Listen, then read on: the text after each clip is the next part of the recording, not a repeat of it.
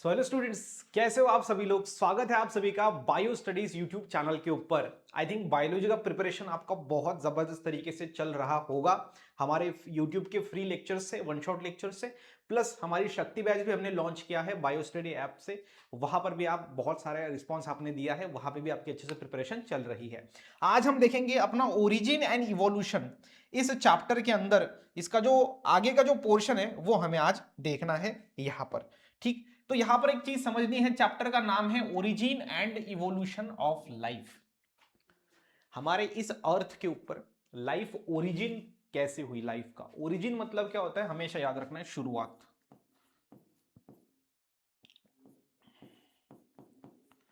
शुरुआत। और इवोल्यूशन मतलब क्या होता है, अपडेट होना, मॉडिफाई होना। तो जैसे यहां पर अगर अर्थ है तो इस अर्थ पे सबसे पहली लाइफ कैसे आई, मतलब ओरिजिन ऑफ लाइफ कैसे हुआ। उसके बाद यहां पर वो धीरे धीरे यहां पर अपडेट कैसे हुई, मतलब उसका इवोल्यूशन कैसे हुआ। तो दो चीजें बहुत इंपॉर्टेंट है यहां पर, एक है ओरिजिन और दूसरा है इवोल्यूशन। और यही हम देखेंगे। जैसे 50% इस चैप्टर में आपको होगा कि लाइफ का ओरिजिन कैसे हुआ। इसके ऊपर अलग अलग साइंटिस्ट ने अपने अलग अलग थियरीज दिए, वो हम अच्छे से पढ़ेंगे। तो सिंपली अगर बोला जाए तो ये चैप्टर एक कहानी के जैसा है कि हमारे इस अर्थ के ऊपर सजीवों का निर्माण कैसे हुआ, लाइफ का निर्माण कैसे हुआ। तो वो आपका ओरिजिन है। और इवोल्यूशन क्या है कि धीरे धीरे धीरे वो अपडेट कैसे हुआ, कैसे वो एक सिंपल फॉर्म से वो कॉम्प्लेक्स फॉर्म में कैसे कन्वर्ट हुआ, एक कॉम्प्लेक्स ऑर्गेनिज्म, एक जटिल जो संरचना है वो कैसे बनी, और वो हमें देखना है अच्छी तरीके से। ठीक है, चलो। तो आई होप आपने एक समझ लिया है कि लाइफ का ओरिजिन कैसे हुआ और उसका इवोल्यूशन कैसे हुआ, और कैसे हमारे सारे के सारे जो एनिमल्स है, प्लांट्स है, उनके अंदर सिमिलरिटीज होती है जो कि इवोल्यूशन दिखाती है। तो ये वन शॉट वीडियो हम डिटेल ले रहे होंगे। जितने डीप में और जितना आसान वे में समझा सके उतना आसान वे में हम आपको समझाएंगे। तो आपका एक काम बनता है, इस वीडियो को लाइक और अपने चैनल को दोस्तों के साथ शेयर और सब्सक्राइब, ठीक है, वो आप कर ही रहे हो। चलिए आगे बढ़ते हैं। आगे एक छोटी सी इंपॉर्टेंट नोटिफिकेशन आपको बता दूं, जो कि है शक्ति बैच। हमने क्या किया है, महाराष्ट्र बोर्ड के लिए शक्ति बैच लॉन्च कर दिया है, जिसमें हम most important questions with solution, मतलब बहुत सारी चीजें हम दे रहे हैं। कौन कौन सी चीजें, सबसे पहले लाइव क्लास, उसके बाद बेसिक टू एडवांस हम पढ़ाएंगे, जीरो टू हीरो आप हो सकते हो। उसके बाद हम यहाँ पे आपको लेक्चर के नोट्स प्रोवाइड कर रहे हैं। लेक्चर के नोट्स यानी कि आपके वन शॉट नोट्स यहाँ पे मिल जाएंगे, जिसकी आपको पता है 70 रुपीज जो है इसकी प्राइस है, जैसे आप सेपरेट कोर्स लेते हो तो नोट्स का। उसके बाद जो टॉपर्स नोट्स हमारा बुक है 280 रुपए का, उसकी ई बुक हम यहाँ पर प्रोवाइड कर रहे हैं फ्री ऑफ कॉस्ट। ये चीज याद रखना है आपके इस शक्ति बैच में। उसके साथ साथ हम IMP questions with solution PDFs देंगे, जिसका जेरोक्स निकालना है आपको और जहां से पढ़ाई करनी है। तो ऐसा लगभग हम 75 क्वेश्चंस दे रहे हैं, 3 मार्क, 4 मार्क, 2 मार्क्स के। ठीक है, तो ये भी हम आपको प्रोवाइड कर रहे हैं। उसके बाद हम आपको यहाँ पर माइंड मैप प्रोवाइड कर रहे हैं बायो के। ठीक है, उसके बाद हम यहाँ पर बायोलॉजी के हैंडरिटन नोट जो है इसके 70 रुपीज प्राइस है, वो भी हम यहाँ पे फ्री ऑफ कॉस्ट दे रहे हैं। उसके बाद 2026 के लिए हम 5 आपको गेस पेपर प्रोवाइड करेंगे इस अपने शक्ति बैच के अंदर, जो कि पूरा का पूरा पेपर उसमें से निकलने की 99% संभावना होगी। नेक्स्ट में हम डायग्राम बुक बायोलॉजी का हमने बनाया है, जहां पर हमने 100 कंसेप्ट कार्ड बनाए हैं और 100 डायग्राम से, 100 पिक्चर से, पेजेस से कंसेप्ट कार्ड। तो वहां से आप समझ सकते हो हर एक चीज को, कंसेप्ट क्या होता है, कैसे चीज होती है। आसानी जाती है इमेज से समझना। उसके साथ साथ हम यहां पर चैप्टर वाइज आपको टेस्ट प्रोवाइड कर रहे हैं, पूरे के पूरे आपके 15 चैप्टर के। तो अगर आप देखोगे तो यहां पर ये 70 रुपीज, ये 280 रुपीज और ये 70 रुपीज, ये सारी चीजें हम फ्री में दे रहे हैं उसमें। ठीक है, तो इसका जो प्राइस है आपको पता ही होगा, अगर नहीं है तो देख लो।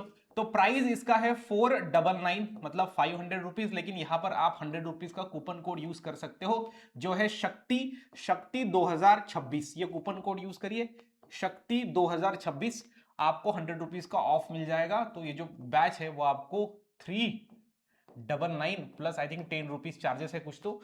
ओके, तो वो आपको देखने को मिलेगा। तो ये बैच जो है वो आपको 400 रुपीज में देखने को मिलेगी।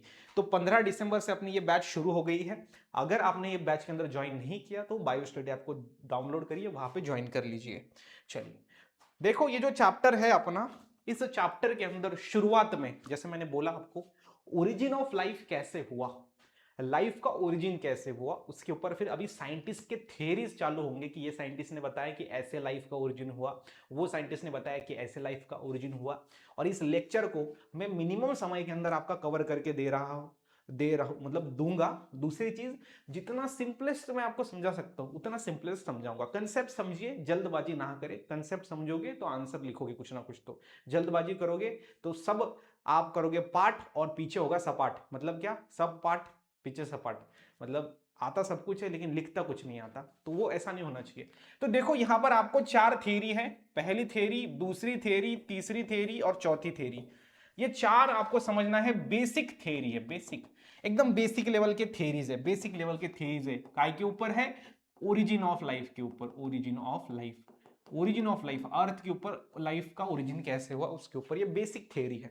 अब यहां पर ये जो थ्योरीज है चारों की चार, ये डायग्राम के फॉर्म में हमने यहां पर निकाले हैं, ठीक है। ये डायग्राम हमने खुद निकाले हैं, खुद बनाए हैं, हम मेहनत करते हैं ताकि बच्चों को आसानी से समझा सके, उनका पढ़ाई हो सके, ठीक है। ये जो हम वन शॉट लेते हैं इसके नोट्स भी आपको शक्ति बैच में हम प्रोवाइड कर रहे हैं। तो देखो यहां पर आपने एक चीज समझनी है, क्या? पहली है स्पेशल क्रिएशन, जिसका कहना था कि जो लाइफ है वो गॉड ने बनाई है। सिंपल चीज, लाइफ बनी है गॉड से, उसे बोलते हैं स्पेशल क्रिएशन थ्योरी, ठीक है। एक तो गॉड से या फिर सुपर नेचुरल पावर बोलेंगे उसको, जैसे ही गॉड। उसके बाद अगर हम बात करें आपका कॉस्मोजाइक थ्योरी या फिर पांसपर्मिया थ्योरी, तो ये थ्योरी का कहना था कि जो अदर प्लैनेट से जो लाइफ है वो आपकी अर्थ के ऊपर आई in the form of spores, और इस स्पोर्स को ही हम कहते हैं पांसपर्मिया या फिर कॉस्मोजोआ। ये स्पोर्स का नाम क्या है? पांसपर्मिया या फिर कॉस्मोजोआ, इसलिए इस थ्योरी का नाम भी गिर गया, पांसपर्मिया थ्योरी या फिर कॉस्मोजाइक थ्योरी, दोनों भी नाम एक है। तो ये थ्योरी का क्या कहना था? लाइफ दूसरे प्लेनेट से अर्थ के ऊपर आई है इन द फॉर्म ऑफ स्पोर्स। तीसरी थ्योरी है स्पॉन्टेनियस जनरेशन। ये स्पॉन्टेनियस जनरेशन को ही हम अबायोजेनेसिस थ्योरी कहते हैं।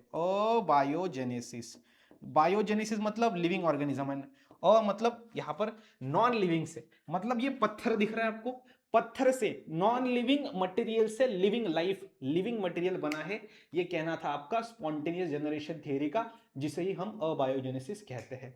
चौथी थ्योरी है बायोजेनेसिस, इसका कहना था लिविंग ऑर्गेनिज्म से लिविंग ऑर्गेनिज्म बना है।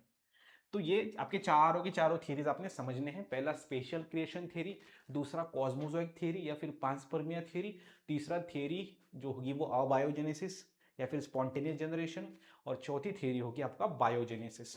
4 थ्योरीज आपको बेसिक सिंपल में समझने हैं। 1 मार्क का सवाल इस पे बन सकता है। ये आप देखो ऐसे ऐसे कंसेप्ट कार्ड हमने बनाए हैं बायो के, ठीक है। तो ये आपने क्लियर कर दिया, ठीक है। तो लगभग 2 से 3 मिनट में पूरा का पूरा मैंने आपको समझा दिया, जो समझने के लिए आपको बहुत ज्यादा समय लग सकता था, क्योंकि इस पीपीटी को बनाने में हमने 10 घंटे, 8 से 10 घंटे लगाए हैं, इसके कारण हम इसका आपको 1 घंटे में कवर कर पाते हैं पूरा चैप्टर। तो क्लियर है, खत्म। आगे बढ़ेंगे। बेसिक से थ्योरी आपने समझ लिए इस चैप्टर में। अब हम समझेंगे आपका केमिकल इवोल्यूशन ऑफ लाइफ, ये थ्योरी को। ये थ्योरी का नाम क्या है? Chemical evolution of life.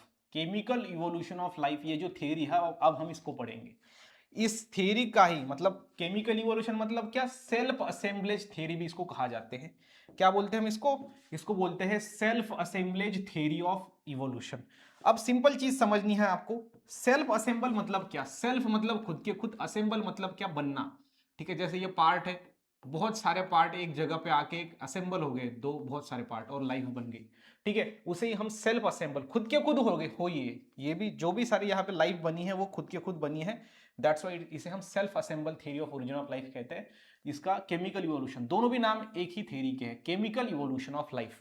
मतलब यहां पर इस थ्योरी के अनुसार ये कहना था इस थ्योरी का कि इस अर्थ के ऊपर लाइफ बनी है by the chemical evolution. Chemicals का आपस में कॉम्बिनेशन होके, सेवरल रिएक्शंस होके लाइफ बनी है, तो इसे हम chemical evolution life, chemical evolution of life theory कहते हैं, ठीक है। अब ये थ्योरी किसने दिया वो भी समझिए, ठीक है। यस, अब देखो according to this theory life is originated on the earth by the combinations of several chemical. बहुत सारे केमिकल कंबाइन होके ये बनी है, और इसको बहुत सारा लंबा टाइम लगा, एकदम झटाक से लाइफ नहीं बनती। इवोल्यूशन ये प्रोसेस याद रखना स्लो होती है। जैसे कोई इंसान या फिर कोई लड़का या लड़की, जैसे बचपन में वो दिखने में अच्छा नहीं होता, वो पढ़ने में अच्छा नहीं होता, लेकिन 10-20 साल के बाद उसकी पर्सनैलिटी ऐसी होती कि आप उसको पहचान नहीं पाते, तो वो जो चेंज है 10-12 साल लगते हैं किसी चीज को अपडेट होने के लिए। उससे भी ज्यादा टाइम आपको देखने को मिलेगा आपके इस इवोल्यूशन प्रोसेस में। इसको तो हजारों साल लग जाते हैं, लाखों साल लग जाते हैं कभी कभी। तो थ्योरी जो होगी ये आपका हकेल नाम के साइंटिस्ट ने इसको फॉर्मुलेट किया, दिया, और बाद में इसको डेवलप किया गया किसने? तो ओपेरिन एंड आपका बायोलॉजिस्ट जेबीसी हेल्डर, बाद में इन्होंने किया थ्योरी को अपडेट। ठीक, चलिए अब यहां पर इस chemical evolution theory of life के एक एक पॉइंट को समझते हैं। पहला पॉइंट इसका है, ए नंबर का पॉइंट इसका है, थोड़ी सी बड़ी थ्योरी है, समझिए। पहला इसका origin of earth and primitive atmosphere. तो इस थ्योरी के अनुसार सबसे पहले अर्थ बनी। क्या बना है? सबसे पहले जो है इस थ्योरी के अनुसार क्या बनी? अर्थ बनी। अर्थ अर्थ अर्थ मतलब क्या? अपनी पृथ्वी बनी। और उसमें प्रिमिटिव एटमॉस्फेयर कैसा था? देखो, सबसे पहले एक बिग बैंग हुआ, मतलब बहुत बड़ा धमाका हुआ। कितना? 20 बिलियन ईयर एगो। बिलियन मतलब देखो बहुत सारे साल, लाखों साल पहले। तो यूनिवर्स एक्सपांड्स एंड कूल्स। तो यूनिवर्स क्या हुआ? एक्सपांड हुआ, कूल हुआ, ठंडा हुआ। स्टार एंड गैलेक्सी फॉर्म, जिससे क्या होता है? स्टार और गैलेक्सीज फॉर्म हुई बिग बैंग से। उसके बाद आगे आगे मिल्की वेव फॉर्म हुआ। मिल्की वेव क्या है? तो नेब्यूला है, that is the spinning gas and dust. तो गैस जो घूम रही है प्लस जो डस्ट है, इसको मिलके क्या बनता है? आपका नेब्यूला बनता है। तो जिसको ही हम मिल्की वेव कहते हैं, मिल्की वेव। ठीक है, गैस और डस्ट जो है उसका घूमना, उसे बोलते हैं हम मिल्की वेव या फिर नेब्यूला। तो वो तैयार हुआ। उसके बाद फॉर्म्स इनसाइड मिल्की वेव। ठीक है, उसके आगे हम देखेंगे सन एंड प्लैनेट। बाद में क्या हुआ? सन और प्लैनेट बन गए। आगे क्या हुआ? ठीक है, 4.6 billion year ago heavy element like form. तो जो हेवी एलिमेंट्स है वो बाद में फॉर्म हुए। आगे चलकर लाइटर एलिमेंट, हल्के वाले एलिमेंट फॉर्म हो गए। ठीक है, अब यहां पर एक चीज याद रखनी है, जो भारी एलिमेंट है जिनका याद रखना है मास ज्यादा है, तो वो जमीन पर रह गए, जिन्होंने एटमॉस्फेयर मतलब जिन्होंने जमीन बना दी। जमीन मतलब कि उन्होंने जो है वो वहां पर सॉइल के अंदर वो कंबाइन हो गए। और दूसरा जो लाइटर एलिमेंट है वो हवा में तैर गए, जैसे कि आपका कार्बन हो गया, आपका ऑक्सीजन हो गया, ठीक है, सल्फर हो गया। तो ये यहां से इन्होंने क्या किया? एटमॉस्फेयर बनाया। तो ये चीज आपने समझनी है। आगे चल के क्या हुआ? सरफेस जो है वो गैसेस के अंदर फॉर्म हुए। उसके बाद प्रिमिटिव एटमॉस्फेयर आपको देखने को मिला। तो प्रिमिटिव एटमॉस्फेयर मतलब क्या? कि पृथ्वी के ऊपर, अर्थ के ऊपर का ऐसा एनवायरमेंट जो सबसे पहले था, पुराना वाला, प्रिमिटिव। प्रिमिटिव और मॉडर्न, मॉडर्न मतलब अपडेटेड, प्रिमिटिव मतलब पुराना। तो पुराना जो एटमॉस्फेयर था वो धीरे धीरे फिर तैयार हुआ। और ये एटमॉस्फेयर कैसा था? It is reducing type. Reducing मतलब यहां पर याद रखना हमेशा, ऑक्सीजन यहां पर नहीं था, फ्री ऑक्सीजन नहीं था। ऑक्सीजन था बट दूसरे किसी एलिमेंट के साथ कंबाइंड फॉर्म में था, but it is not present in the free form. ये चीज आपने समझनी है। तो धीरे धीरे स्टोरी की तरह याद रखना है कि ओरिजिन ऑफ अर्थ कैसे हुआ और प्रिमिटिव एटमॉस्फेयर तब कैसा था। दूसरा पॉइंट आपको समझना है, ये बी वाला, कि बाद में चल के क्या हुआ? वहां पर अमोनिया, वाटर और मीथेन, ये तीन जो है वो यहां पर एलिमेंट बन गए। ये चीज अच्छे से आपको समझनी है। एलिमेंट नहीं है सर, ये कंपाउंड है। अमोनिया, वाटर, मीथेन, जो दो बहुत सारे या फिर एक से दो एलिमेंट को कंबाइन करके बनता है, विच इज दी आपका कंपाउंड। तो यहां पर अमोनिया बना, अमोनिया NH3, वाटर H2O और मीथेन CH4। ठीक, अब ये जो केमिकल्स है, ये जो कंपाउंड्स है, ये बने। तो प्रिमिटिव एटमॉस्फेयर जो था वो बहुत ज्यादा हॉट था, वेरी हॉट, वेरी हॉट। आगे चल के धीरे धीरे स्लो डाउन हुआ, स्लोली कूल हुआ, धीरे धीरे कूल हुआ। लाइटर एलिमेंट जो थे वो एक दूसरे के साथ जो है वो रिएक्ट होना शुरू हो गए। Early atmosphere बिकिंग rich in hydrogen, hydrogen, carbon और आपका नाइट्रोजन, तीन एलिमेंट बहुत ज्यादा थे, ये चीज अच्छे से समझिए आप। और सल्फर था। ठीक है, कौन कौन था? हाइड्रोजन, कार्बन, आपका नाइट्रोजन और सल्फर। अब जिसमें क्या हुआ कि जो आपका हाइड्रोजन है, अच्छे से समझिए, यह हाइड्रोजन जो हाईली रिएक्टिव था पहले अर्थ के ऊपर, वो हाइड्रोजन नाइट्रोजन के साथ कंबाइन हो गया, अमोनिया बना दिया। वो हाइड्रोजन आपका ऑक्सीजन के साथ कंबाइन हो गया, वाटर बन गया। और वो हाइड्रोजन आपका कार्बन के साथ कंबाइन हो गया, मीथेन बन गया। ये चीज याद रखनी है। तो जो भी सारे प्रोसेस किए इस हाइड्रोजन ने किया है, ये हाईली रिएक्टिव था। ये किसी के साथ भी कंबाइन हो गया और अलग अलग एलिमेंट मतलब तीन कंपाउंड बन गए, अमोनिया, वाटर एंड मीथेन पहले। ठीक है, तो ये हाईली रिएक्टिव कौन सा था? आपका हाइड्रोजन। और धीरे धीरे इन्होंने क्या किया? एक मीथेन CH4, ठीक है, ये अमोनिया NH3। उसके बाद अगर हम आगे देखें तो आपका H2O वाटर और H2S हाइड्रोजन सल्फाइड, ये सल्फर के साथ, हाइड्रोजन कार्बन नाइट्रोजन सल्फर, तो हाइड्रोजन सल्फर के साथ भी कंबाइन हुआ और क्या किया उसने, हाइड्रोजन सल्फाइड नाम का कंपाउंड बना दिया। ठीक है, तो ये होगी दूसरी स्टेप। तीसरे स्टेप में क्या हुआ कि यहां पर जो अमोनिया वाटर एंड मीथेन मतलब जो चीजें बनी, इसमें अगेन अर्थ जो है वो धीरे धीरे कूल हुई, ठंडी हुई। उसके बाद वहां पर स्टीम जो है वो कंडेंस हो गया, स्टीम मतलब वाफ, वाफ धीरे धीरे और बहुत ज्यादा ठंडा हो गया, जिससे रेनफॉल हुआ, बारिश हुई। आगे चलकर इस बारिश के कारण वहां पे rivers, lake, seas and oceans, नदी, झरने, पहाड़, आपका जो है ओशन, समुद्र बन गया। उधर यहां पर समझिए वहां पर उस टाइम पे ओजोन लेयर नहीं था, यूवी रेट जो है वो अर्थ के ऊपर डायरेक्टली आ जाते थे, क्योंकि ओजोन ही नहीं है। ओजोन लेयर क्या करता है, यूवी रेस को, सन से आने वाली यूवी रेस को वो अर्थ पे आने नहीं देता, बीच में ये अम्ब्रेला की तरह होता है, छतरी की तरह। तो एनर्जी जो था आपका, यूवी लाइटनिंग वोल्केनोज एक्टिविटी यहां पर फॉर्म हुए, मतलब जो अल्ट्रावायलेट रेडिएशन है वो अर्थ पे आने के कारण वहां पे वोल्केनिक एक्टिविटीज वहां पर चालू हुए, और बाद में सिंपल मॉलिक्यूल का फॉर्मेशन हुआ, जिसे हम बोलेंगे सिंपल ऑर्गेनिक मॉलिक्यूल्स। ठीक है, so accumulation in ocean as a hot dilute soup, that is primitive broth, मतलब ये ओशन के अंदर क्या हुआ, अक्यूमुलेशन हुआ सिंपल ऑर्गेनिक कंपाउंड का, उसे हम डाइल्यूट सोप कहते हैं, हॉट डाइल्यूट सोप या फिर प्रिमिटिव ब्रोथ कहते हैं। किसे, ऑक्यूमुलेशन, सिंपल ऑर्गेनिक मॉलिक्यूल का ऑक्यूमुलेशन हुआ किसके अंदर, ओशंस के अंदर, समुद्र के अंदर, उसे ही हम आपका हॉट डाइल्यूट सोप या फिर प्रिमिटिव ब्रोथ कहते हैं।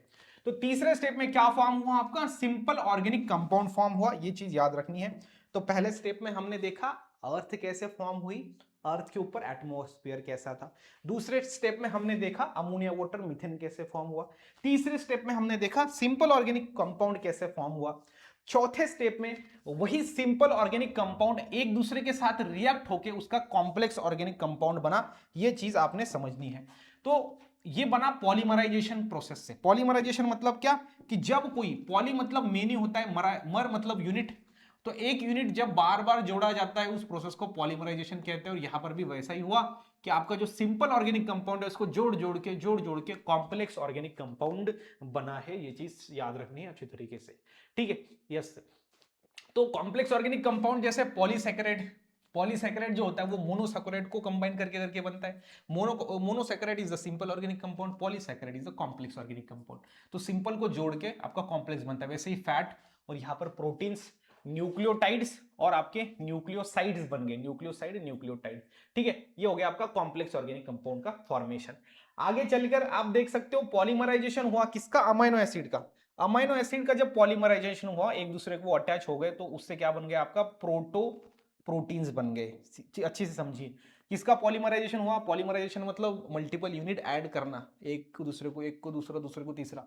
तो यहां पर मल्टीपल यूनिट जो है वो अमाइनो एसिड के फॉर्म हुए, मल्टीपल ऐड हुए पॉलीमराइजेशन, इससे प्रोटोप्रोटीन्स बन गया।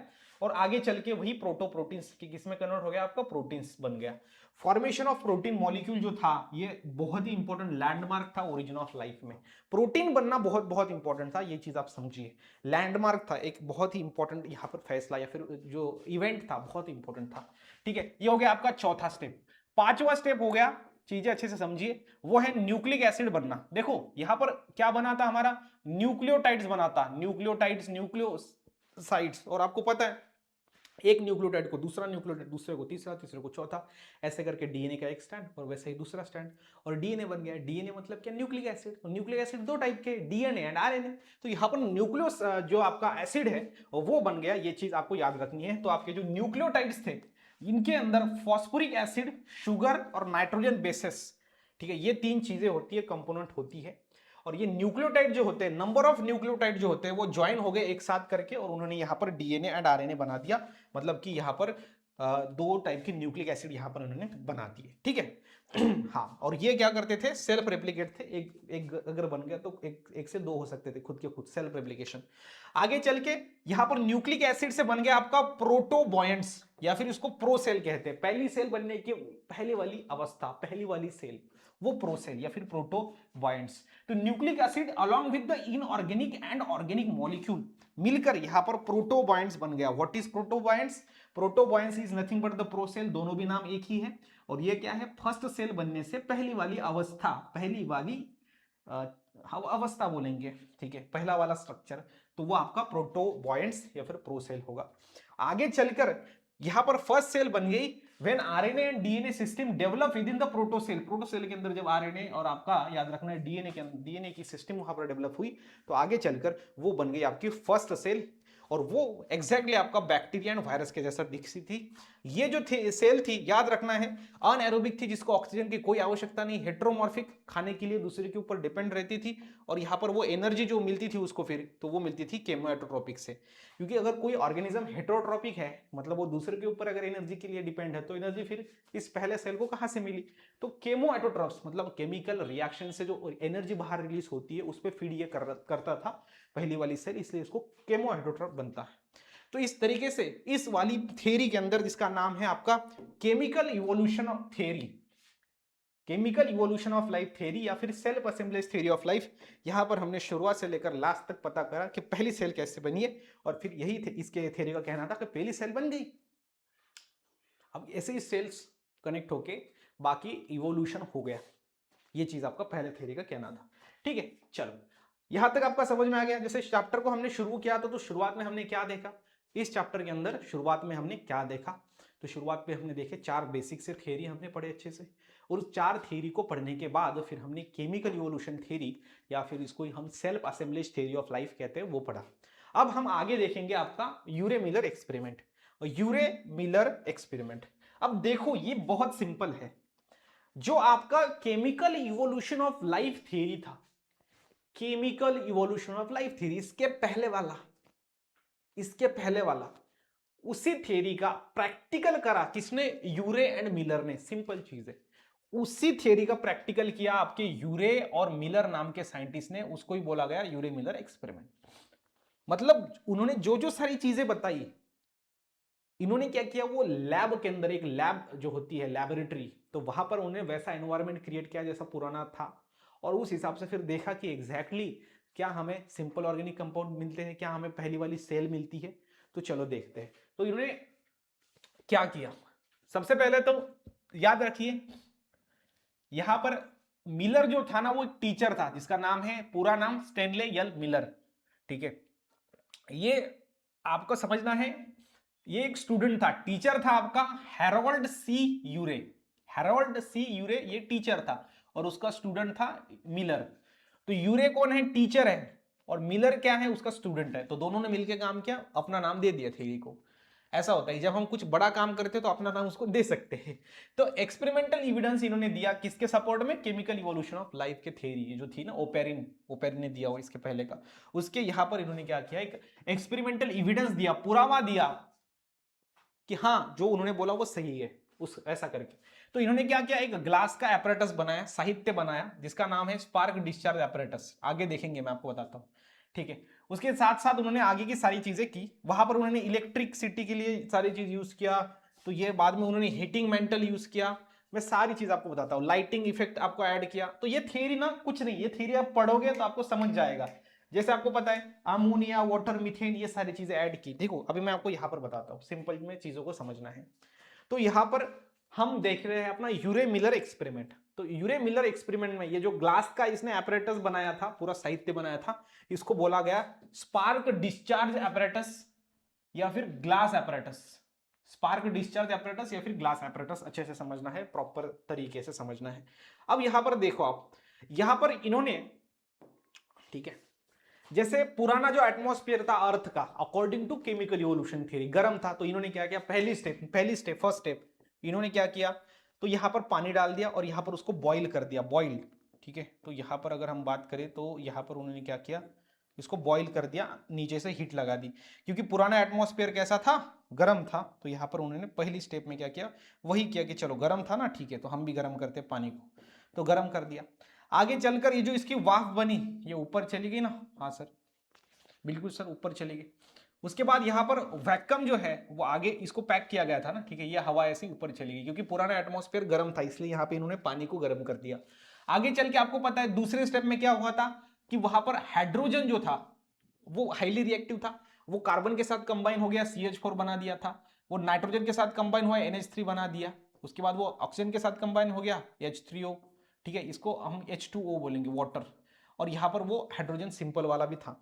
तो सिंपल इन्होंने क्या किया, ठीक है, यहां पर धीरे धीरे पहले तो एटमॉस्फेयर गर्म कर दिया, उसके बाद वहां पे उन्होंने इलेक्ट्रोड का इस्तेमाल किया, क्योंकि पहले इलेक्ट्रिसिटी नहीं, आप बोलो लाइटिंग इफेक्ट, मतलब जो बिजली गिरती थी, पहले आपको पता था ओजन नहीं था, तो डायरेक्टली एटमॉस्फेयर के अंदर आपका यूवी लाइट आता था, तो उस हिसाब से यहाँ पे इन्होंने इलेक्ट्रोड का इस्तेमाल किया और इलेक्ट्रिसिटी यहाँ पर ऐड की, मतलब एक स्पार्क ऐड किया। किसका स्पार्क जो था वो किस चीज को रिप्रेजेंट कर रहा था, इलेक्ट्रिक इफेक्ट, या फिर हम बोलेंगे स्पार्क, लाइटिंग इफेक्ट। पहले जो बीज कड़कती थी ना, पहला पुराना, वो बीज कड़कने का इफेक्ट यहां पर इन्होंने दे दिया इलेक्ट्रोड का इस्तेमाल करके, इलेक्ट्रिसिटी का इस्तेमाल करके। मतलब यहां पर इन्होंने क्या किया, जो पुराना एटमॉस्फेयर था उसका एक मिनी वर्जन बनाया, मिनी वर्जन, याद रखना है। अगर रियल वाली बिजली अगर गिराते है ना, तो बिजली के साथ साथ यूरे मिलर भी खलास हो जाते, और यूरे मिलर अगर खलास हो जाते तो आपको ये एक्सपेरिमेंट नहीं था, पढ़ने को नहीं था। अच्छी बात हो जाती कि अगर वैसा होता तो, ठीक है, आपके लिए तो मुझे पता नहीं, लेकिन मेरे लिए बुरी बात हो जाती, मुझे और अच्छे से आपको पढ़ाने के लिए नहीं मिलता। चलो, तो ये इलेक्ट्रोड यहाँ पे इन्होंने यूज किया, इलेक्ट्रिसिटी यहाँ पर दे दी उसको, पॉजिटिव नेगेटिव दोनों तरफ, और वहां पर क्या हुआ, इलेक्ट्रिक इफेक्ट जो था वो यहाँ पर प्रोड्यूस किया। उसके बाद उन्होंने क्या किया, आपका CH4 CH3, ठीक है, अमोनिया, मीथेन और आपका वाटर, तो 1 2 और 3, ये तीनों के तीनों चीजें उसमें ऐड किया। बट ये इसका जो रेशियो था वो कैसा था, अच्छे से याद रखना है। इसका जो रेशियो था मीथेन, अमोनिया और हाइड्रोजन का, तो मीथेन 1, अमोनिया 2, हाइड्रोजन 2, 1 to 2 हमेशा याद रखना है। मीथेन 1, अमोनिया 1 और अमोनिया 2 और आपका हाइड्रोजन 2, ये रेशियो में ऐड किए, ठीक है। तो चलो, उन्होंने क्या किया, हीट किया, बाद में इधर इलेक्ट्रिसिटी के लिए इलेक्ट्रिसिटी, लाइटिंग इफेक्ट के लिए इलेक्ट्रिसिटी डाल दी, बाद में इन्होंने ये 3 चीजें भी इसमें डाल दी। तो फिर आपको पता है बाद में धीरे धीरे एटमॉस्फेयर जो था अर्थ के ऊपर वो ठंडा हो गया, तो यहां पर इन्होंने कंडेंसर का इस्तेमाल किया। जो गर्म पाइप था, गर्म पाइप, तो गर्म पाइप के ऊपर याद रखना इन्होंने क्या किया, एक ठंडा, मतलब यहां पर एक पाइप था जहां से ठंडा पानी डालते थे और यहां से वो गर्म होकर निकलता था, क्योंकि इसके बीच में बहुत ज्यादा गर्म हवा इधर से निकली थी ना, इधर से गैसेस रिएक्ट हो गए यहाँ पर गैसेस इस जगह पे, और यहाँ पर धीरे धीरे फिर ठंडी ठंडी ठंडी ठंडी जो गर्म हवा थी वो ठंडी बन गई।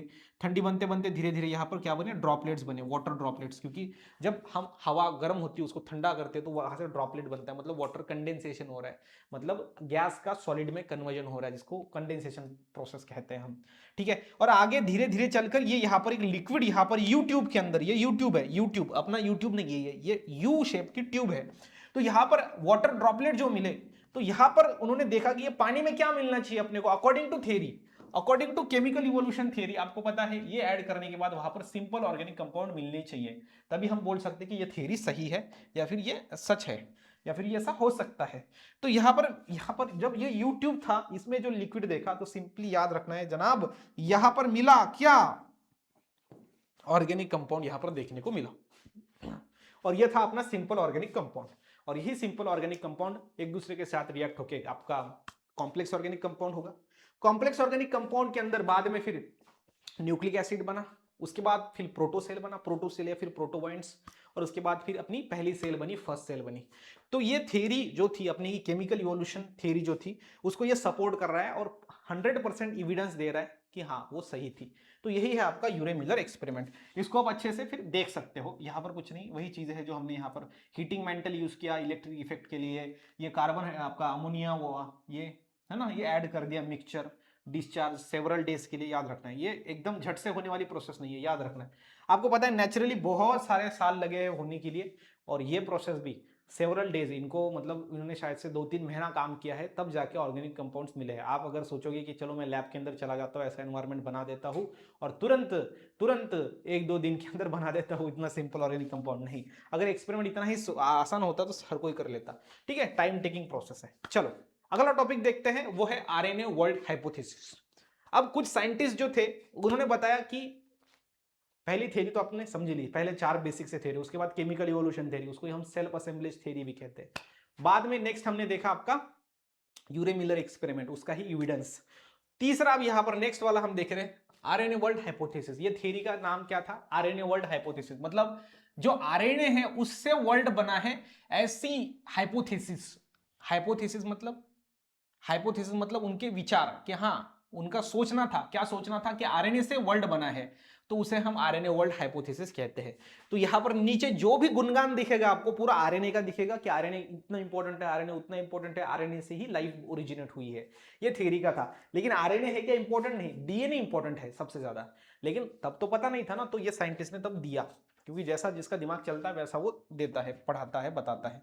तो यहां पर चीज समझनी है आपने कि इट वॉज 1980, कब? 1980 के अंदर Sidney Altman and Thomas Cech नाम का साइंटिस्ट था। यहां पर इन्होंने फाउंड किया कि जो आरएनए है, याद रखना है, एक्ट एज अ बायोकैटलिस्ट। मतलब क्या? बायोलॉजिकल रिएक्शंस के अंदर स्पीड बढ़ाने का काम करता है बायोकैटलिस्ट। एंड ये आरएनए जो होता है उसे हम राइबोजाइम्स कहते हैं। ऐसा आरएनए याद रखना है जो बायोकेमिकल रिएक्शन का स्पीड बढ़ाता है, दैट इज बायोकैटलिस्ट। और ये चीज बताने के लिए इन्होंने ये Sydney Altman and Thomas says को नोबेल प्राइज मिला था केमिस्ट्री के अंदर 1900 आपका मतलब 1989 के अंदर देखने को मिला नोबेल प्राइज, ठीक है, केमिस्ट्री के अंदर इनको। और इन्होंने बताया, इन्होंने हाइपोथेसिस क्या सजेस्ट किया कि जो फर्स्ट लाइफ है, first life must have been based exclusively on nucleic acid. पहली जो लाइफ थी वो न्यूक्लिक एसिड पे बेस्ड थी, कि न्यूक्लिक एसिड से ही आगे लाइफ बनी है, बराबर है। बट उन्होंने, उनका कहना था प्रोबेबली शक्यता ज्यादा से ज्यादा वो आरएनए से बनी है, ऐसा इनका कहना था। इसलिए हम ये आरएनए वर्ल्ड हाइपोथेसिस में देख रहे हैं। So it was first proposed by the Carl Woos, Francis Crick and Leslie Orgel in 1960, long before discovery of ribozymes। ribozymes के डिस्कवरी के पहले, ठीक है। ribozymes क्या है? तो ऐसे आरएनए जो कि बायोकैटलिस्ट ऐसा काम करता है, केमिकल रिएक्शन के अंदर, बायोकेमिकल रिएक्शन के अंदर स्पीड बढ़ाने का काम करता है। उसके पहले यहाँ पर इन्होंने बताया कि जो लाइफ थी वो आपका याद रखना है एक्सक्लूसिवली, जो थी पहली लाइफ थी वो न्यूक्लिक एसिड से ही आपको याद रखना है बनी। और न्यूक्लिक एसिड के अंदर आरएनए जो है वही इसमें इन्वॉल्व था, मोस्ट प्रोबेबली उनका कहना था। किसका? कार्ल वूस, फ्रांसिस क्रिक एंड तीसरा आपका लेस्ली ऑर्जेल। तो ये नाम अच्छे से याद रखना है।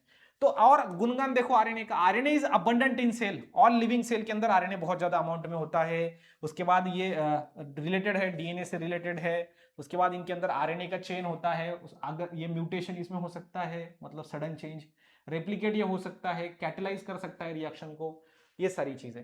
उसके बाद आगे these molecule might have undergoes repeated replication, यही चीजें, म्यूटेशन हो सकता है, वैरायटीज ऑफ आरएनए बना सकता है। तो सिंपल ये थ्योरी के अंदर आपको क्या बताया गया कि आरएनए से ही लाइफ बनी है। आरएनए का गुणगान, जैसे दो बच्चे होते हैं घर में, अगर दो भाई है या फिर दो बहनें हैं, तो वहां पर आपको पता है एक बहन जो होती है वो होशियार होती है, एक थोड़ी सी कमजोर होती है, तो एक का गुणगान होता है ना, वैसे ही यहाँ पर आरएनए का गुणगान हुआ है कि आरएनए से ही लाइफ बनी है, ऐसा यहाँ पर कहना दिखाया गया है, ठीक है। जैसे यहाँ पर डायग्राम भी हमने ऐड किया है कि जो आरएनए है उससे ही आगे चलकर आप देखो प्रोटीन बने हैं, ये भी इनका कहना था, ठीक है। बट ये ऐसा नहीं है, डीएनए सबसे इंपॉर्टेंट है आरएनए से ज्यादा। न्यूक्लिक एसिड एक्सक्लूसिवली जो पहली लाइफ थी, फर्स्ट सेल थी, वो न्यूक्लिक एसिड के हिसाब से ही बनी। न्यूक्लिक एसिड उसमें बहुत इंपॉर्टेंट रोल था उसका, बट वो डीएनए था, नॉट आरएनए। बस ये आरएनए वर्ल्ड हाइपोथेसिस है। एग्जाम में अगर आपको पूछा गया तो 2 मार्क के लिए पूछा जा सकता है। तो आरएनए वर्ल्ड हाइपोथेसिस में ही बताना है कि आरएनए का गुणगान, कि आरएनए से लाइफ बनी है, ऐसा ये आरएनए वर्ल्ड हाइपोथेसिस में बताया गया। चलिए अगला देखते हैं। अगला देखते हैं हम डार्विनिज्म। जो डार्विन ने दिया वो है डार्विनिज्म, यही है अपने साइंटिस्ट डार्विनिज्म।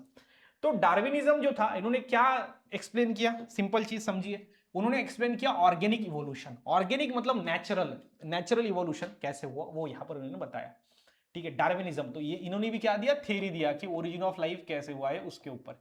मैंने आपको बोला ही था कि इस चैप्टर के अंदर 50% जो चैप्टर है वो किस चीज के ऊपर है कि लाइफ का ओरिजिनेट कैसे हुआ, और फिर 50% जो चैप्टर है वो इवोल्यूशन के ऊपर डिपेंड है कि लाइफ का इवोल्यूशन कैसे हुआ।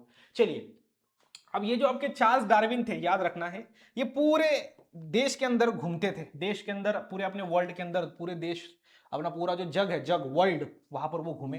ये थे नेचुरलिस्ट। नेचुरलिस्ट मतलब नेचर का पढ़ाई करने वाले, ठीक है। तो 1831 से 1836 ये पूरे घूमे। ये देखो चेहरा, चेहरा क्या देखते हो, दिल में उतर कर देखो ना, है ना। तो दिल में उतरने का कोई काम नहीं है, चेहरा ही देख लो सिर्फ। ये डार्विन थे अपने, तो ये नेचुरलिस्ट थे, घूमे बहुत ज्यादा। बाद में वो इंग्लैंड को वापस आ गए। वहां पर उन्होंने देखा कि अपने जो फॉसिल्स ऑर्गेनिज्म है, ऑर्गेनिज्म के डेड पार्ट जो जमीन में धसे हुए होते हैं, उनका इन्होंने पढ़ाई किया, जिसे फॉसिल्स कहते हैं, ओके। और इन्होंने एक बुक पब्लिश की on the origin of species by means of natural selection, कि स्पेसीज का ओरिजिनेट कैसे होता है, कैसे स्पेसीज बनती है नेचुरल सिलेक्शन से। ये इसका बुक है, पूरा बुक का नाम, ये ग्रीन वाला जो पूरा बुक का नाम है, इन्होंने बुक जो है वो यहाँ पर बताई दी। एंड डार्विन ऑब्जर्व्स दैट, जो आपका याद रखना है, टॉर्टाइसेस एंड फिंचेस, तो दो एनिमल्स इन्होंने ऑब्जर्व किया एक आइलैंड पे जिसका नाम है गैलापागोस आइलैंड। बहुत बहुत इंपॉर्टेंट है। डार्विन एक आइलैंड पे गया। आइलैंड मतलब क्या, ऐसा जगह होता है जिसके चारों तरफ पानी है, जमीन के ऐसा जगह जिसके चारों तरफ पानी है, समुद्र के अंदर ये देखने को मिलता है आइलैंड। तो वो आइलैंड था गैलापागोस आइलैंड, जहां पर उन्होंने फिंचेस और टॉर्टॉइस को ऑब्जर्व किया और इन्होंने देखा कि कैसा उसके अंदर चेंजेस आ रहा है, कैसे एक स्पीसीज बन रही है। और वैसा ही जैसा इन्होंने देखा वैसे ही सिमिलर ऑब्जर्वेशन किया था आपके अल्फ्रेड रसेल वॉलेक नाम के साइंटिस्ट ने। ठीक है, सेम जैसे डार्विन ने ऑब्जर्व किया टॉर्टाइस और फिंचेस के अंदर। इन्होंने क्या ऑब्जर्व किया, देखो, Darwin was influenced by R Matthews. R Matthews नाम का साइंटिस्ट था, उससे ये इन्फ्लुएंस था, मतलब उसके ऊपर बहुत बड़ा असर था कि ह्यूमन पॉपुलेशन ग्रोथ जो है उन्होंने स्टडी किया था। ठीक है, ये आर मैथ्यू ने, और उसका असर किस पे था, ये अपने डार्विन के ऊपर था, डार्विन साइंटिस्ट के ऊपर। Population increase faster than the food supply. जो पॉपुलेशन को हम फूड सप्लाई देते हैं उससे ज्यादा पॉपुलेशन फास्टली ग्रो होती है, ऐसा इनका कहना था। उसके बाद कंपटीशन बढ़ता है, जिससे पॉपुलेशन बढ़ गई तो कंपटीशन बढ़ेगा, और जिंदगी जीने के लिए स्ट्रगल करना पड़ेगा, ऐसा इनका कहना था। ये हमारे ह्यूमन से रिलेटेड नहीं है, पूरे ह्यूमन तो है ही है, ह्यूमन एक एनिमल है ना, बाकी सारे एनिमल से रिलेटेड भी इन्होंने चीजें बताई। And the theory is based on 5 main postulates. तो 5 प्रिंसिपल इन्होंने दिए, वो हम अभी देखते हैं आगे थियरी के अंदर। ठीक है, तो ये बेसिक सी चीजें आपको समझनी है, इन्होंने क्या किया, ये कहां पर घूमे, इसका इनके ऊपर किसका इन्फ्लुएंस था, कौन सा आइलैंड पे गए, उधर उन्होंने कौन कौन से वैरायटी के एनिमल्स के ऊपर स्टडी किया, उनके वेरिएशन को ऑब्जर्व किया, वेरिएशन को। ठीक है, और आगे चल के इन्होंने अपना सिद्धांत दिया, जो पांच सिद्धांत 5 स्टेप्स पे अवेलेबल है, 5 चीजों के ऊपर अवेलेबल है, वो देखेंगे। ठीक है, अब जब मैं आपको यहाँ पे पढ़ाने के लिए आ रहा हूँ ना, तो ऐसे डार्विन के सामने आ रहा हूँ ना, तो डर लग रहा है। चलो ठीक है, चलो आगे बढ़ते, आगे देखेंगे आपका 5 जो प्रिंसिपल है, कितने 5, तो डार्विनिज्म के अंदर 5 प्रिंसिपल्स है जो आपको एक्सप्लेन करने हैं प्रॉपर वे में। अगर एग्जाम में डार्विनिज्म आया तो 3 मार्क के लिए आ सकता है। पहला है आपका ओवर प्रोडक्शन। इसका कहना था कि जो एनिमल्स है या फिर जो भी सारे स्पीसीज आपको देखने को मिलेंगे अर्थ के ऊपर, वो ज्यादा से ज्यादा एनिमल बनाने की कैपेसिटी उसके अंदर होंगी, उसे ही हम कहेंगे ओवर प्रोडक्शन या फिर प्रोडेगेलिटी ऑफ नेचर। प्रोडेगेलिटी मतलब नेचर की प्रोडेगेलिटी, ज्यादा से ज्यादा चीजें प्रोड्यूस करने की, ज्यादा से ज्यादा एनिमल, चीजें नहीं एनिमल। ठीक है, तो वही चीज आपको यहां पर दिया गया है। सो population increase in the geometric ratio, मतलब एकदम फास्टली वो बढ़ता है। जैसे अगर सैल्मन फिश की बात करें, सैल्मन फिश और एलिफेंट, ये 2 एग्जांपल्स आपको यहां पर दिए गए हैं बुक के अंदर। जो सैल्मन फिश है ना, वो याद रखना है आपको, 28 लाख एग, कितने 28 लाख, ये चीज आपको याद रखनी है।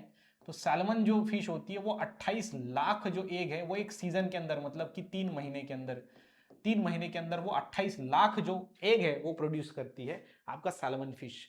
समझे कि नहीं? हाँ। और जो अपना एलिफेंट है, 2 पेयर, मतलब एक एलिफेंट मेल और एक फीमेल, अगर 2 एलिफेंट को रखा जाए, उनके 750 ईयर्स के लाइफ स्पैन में 2 एलिफेंट, उनके 750 ईयर्स के लाइफ स्पैन में 2 एलिफेंट, यहां पर देखो आप 1.76 हजार 10 कोटि, मतलब इतने सारे एलिफेंट है ना, 1,90,00,000 एलिफेंट वो प्रोड्यूस कर सकता है। इतनी ज्यादा कैपेसिटी उस, याद रखना है, एलिफेंट के अंदर है, उतनी ज्यादा कैपेसिटी उस अपना सैल्मन फिश के अंदर है। 28 लाख एग 3 महीने में, एक सीजन मतलब 3 महीने का पीरियड। तो देखो आप, तो पहला सिद्धांत, पहला जो स्टेप था, इन्होंने पहला जो पोस्टुलेट दिया, पहला पोस्टुलेट ये कहता है कि सभी के सभी एनिमल्स, ऑर्गेनिज्म ज्यादा से ज्यादा नेक्स्ट जनरेशन बना पाते हैं, उनके अंदर वो कैपेसिटी होती है। ठीक, आगे देखो, आगे ये जो सारे के सारे एनिमल बनते हैं वो स्ट्रगल करते हैं जिंदा रहने के लिए, सब स्ट्रगल करते हैं। आपको पता है शेर भागता है, पेट जो है वो जिंदा रहने के लिए शेर भी भागता है ना, हाँ, और आपको पता है हिरन भी भागता है, किसके लिए? जिंदा रहने के लिए। तो वही चीज आपको दिया गया है, क्योंकि आपको पता है फूड, स्पेस, जगह, मेटिंग के लिए, उसके बाद एनवायरमेंट के अंदर जो एनिमीज होते हैं, भक्षक होते हैं, उसके अंदर तो एग्जिस्टेंस होती है, जिंदा रहने के लिए स्ट्रगल होती है एग्जिस्टेंस के लिए। तीसरा है ऑर्गेनिक वेरिएशन, मतलब ये स्ट्रगल करते करते थोड़े चेंजेस आते हैं, वेरिएशन आता है एनिमल के अंदर, डिफरेंसेस आते हैं उसके मॉर्फोलॉजी में, बाहर के स्ट्रक्चर में, फिजियोलॉजी, बॉडी के अंदर के रिएक्शन, मतलब मैकेनिज्म में, प्रोसेस में, और बिहेवियर में धीरे धीरे चेंजेस आते हैं, उसे ही हम ऑर्गेनिक वेरिएशन कहते हैं।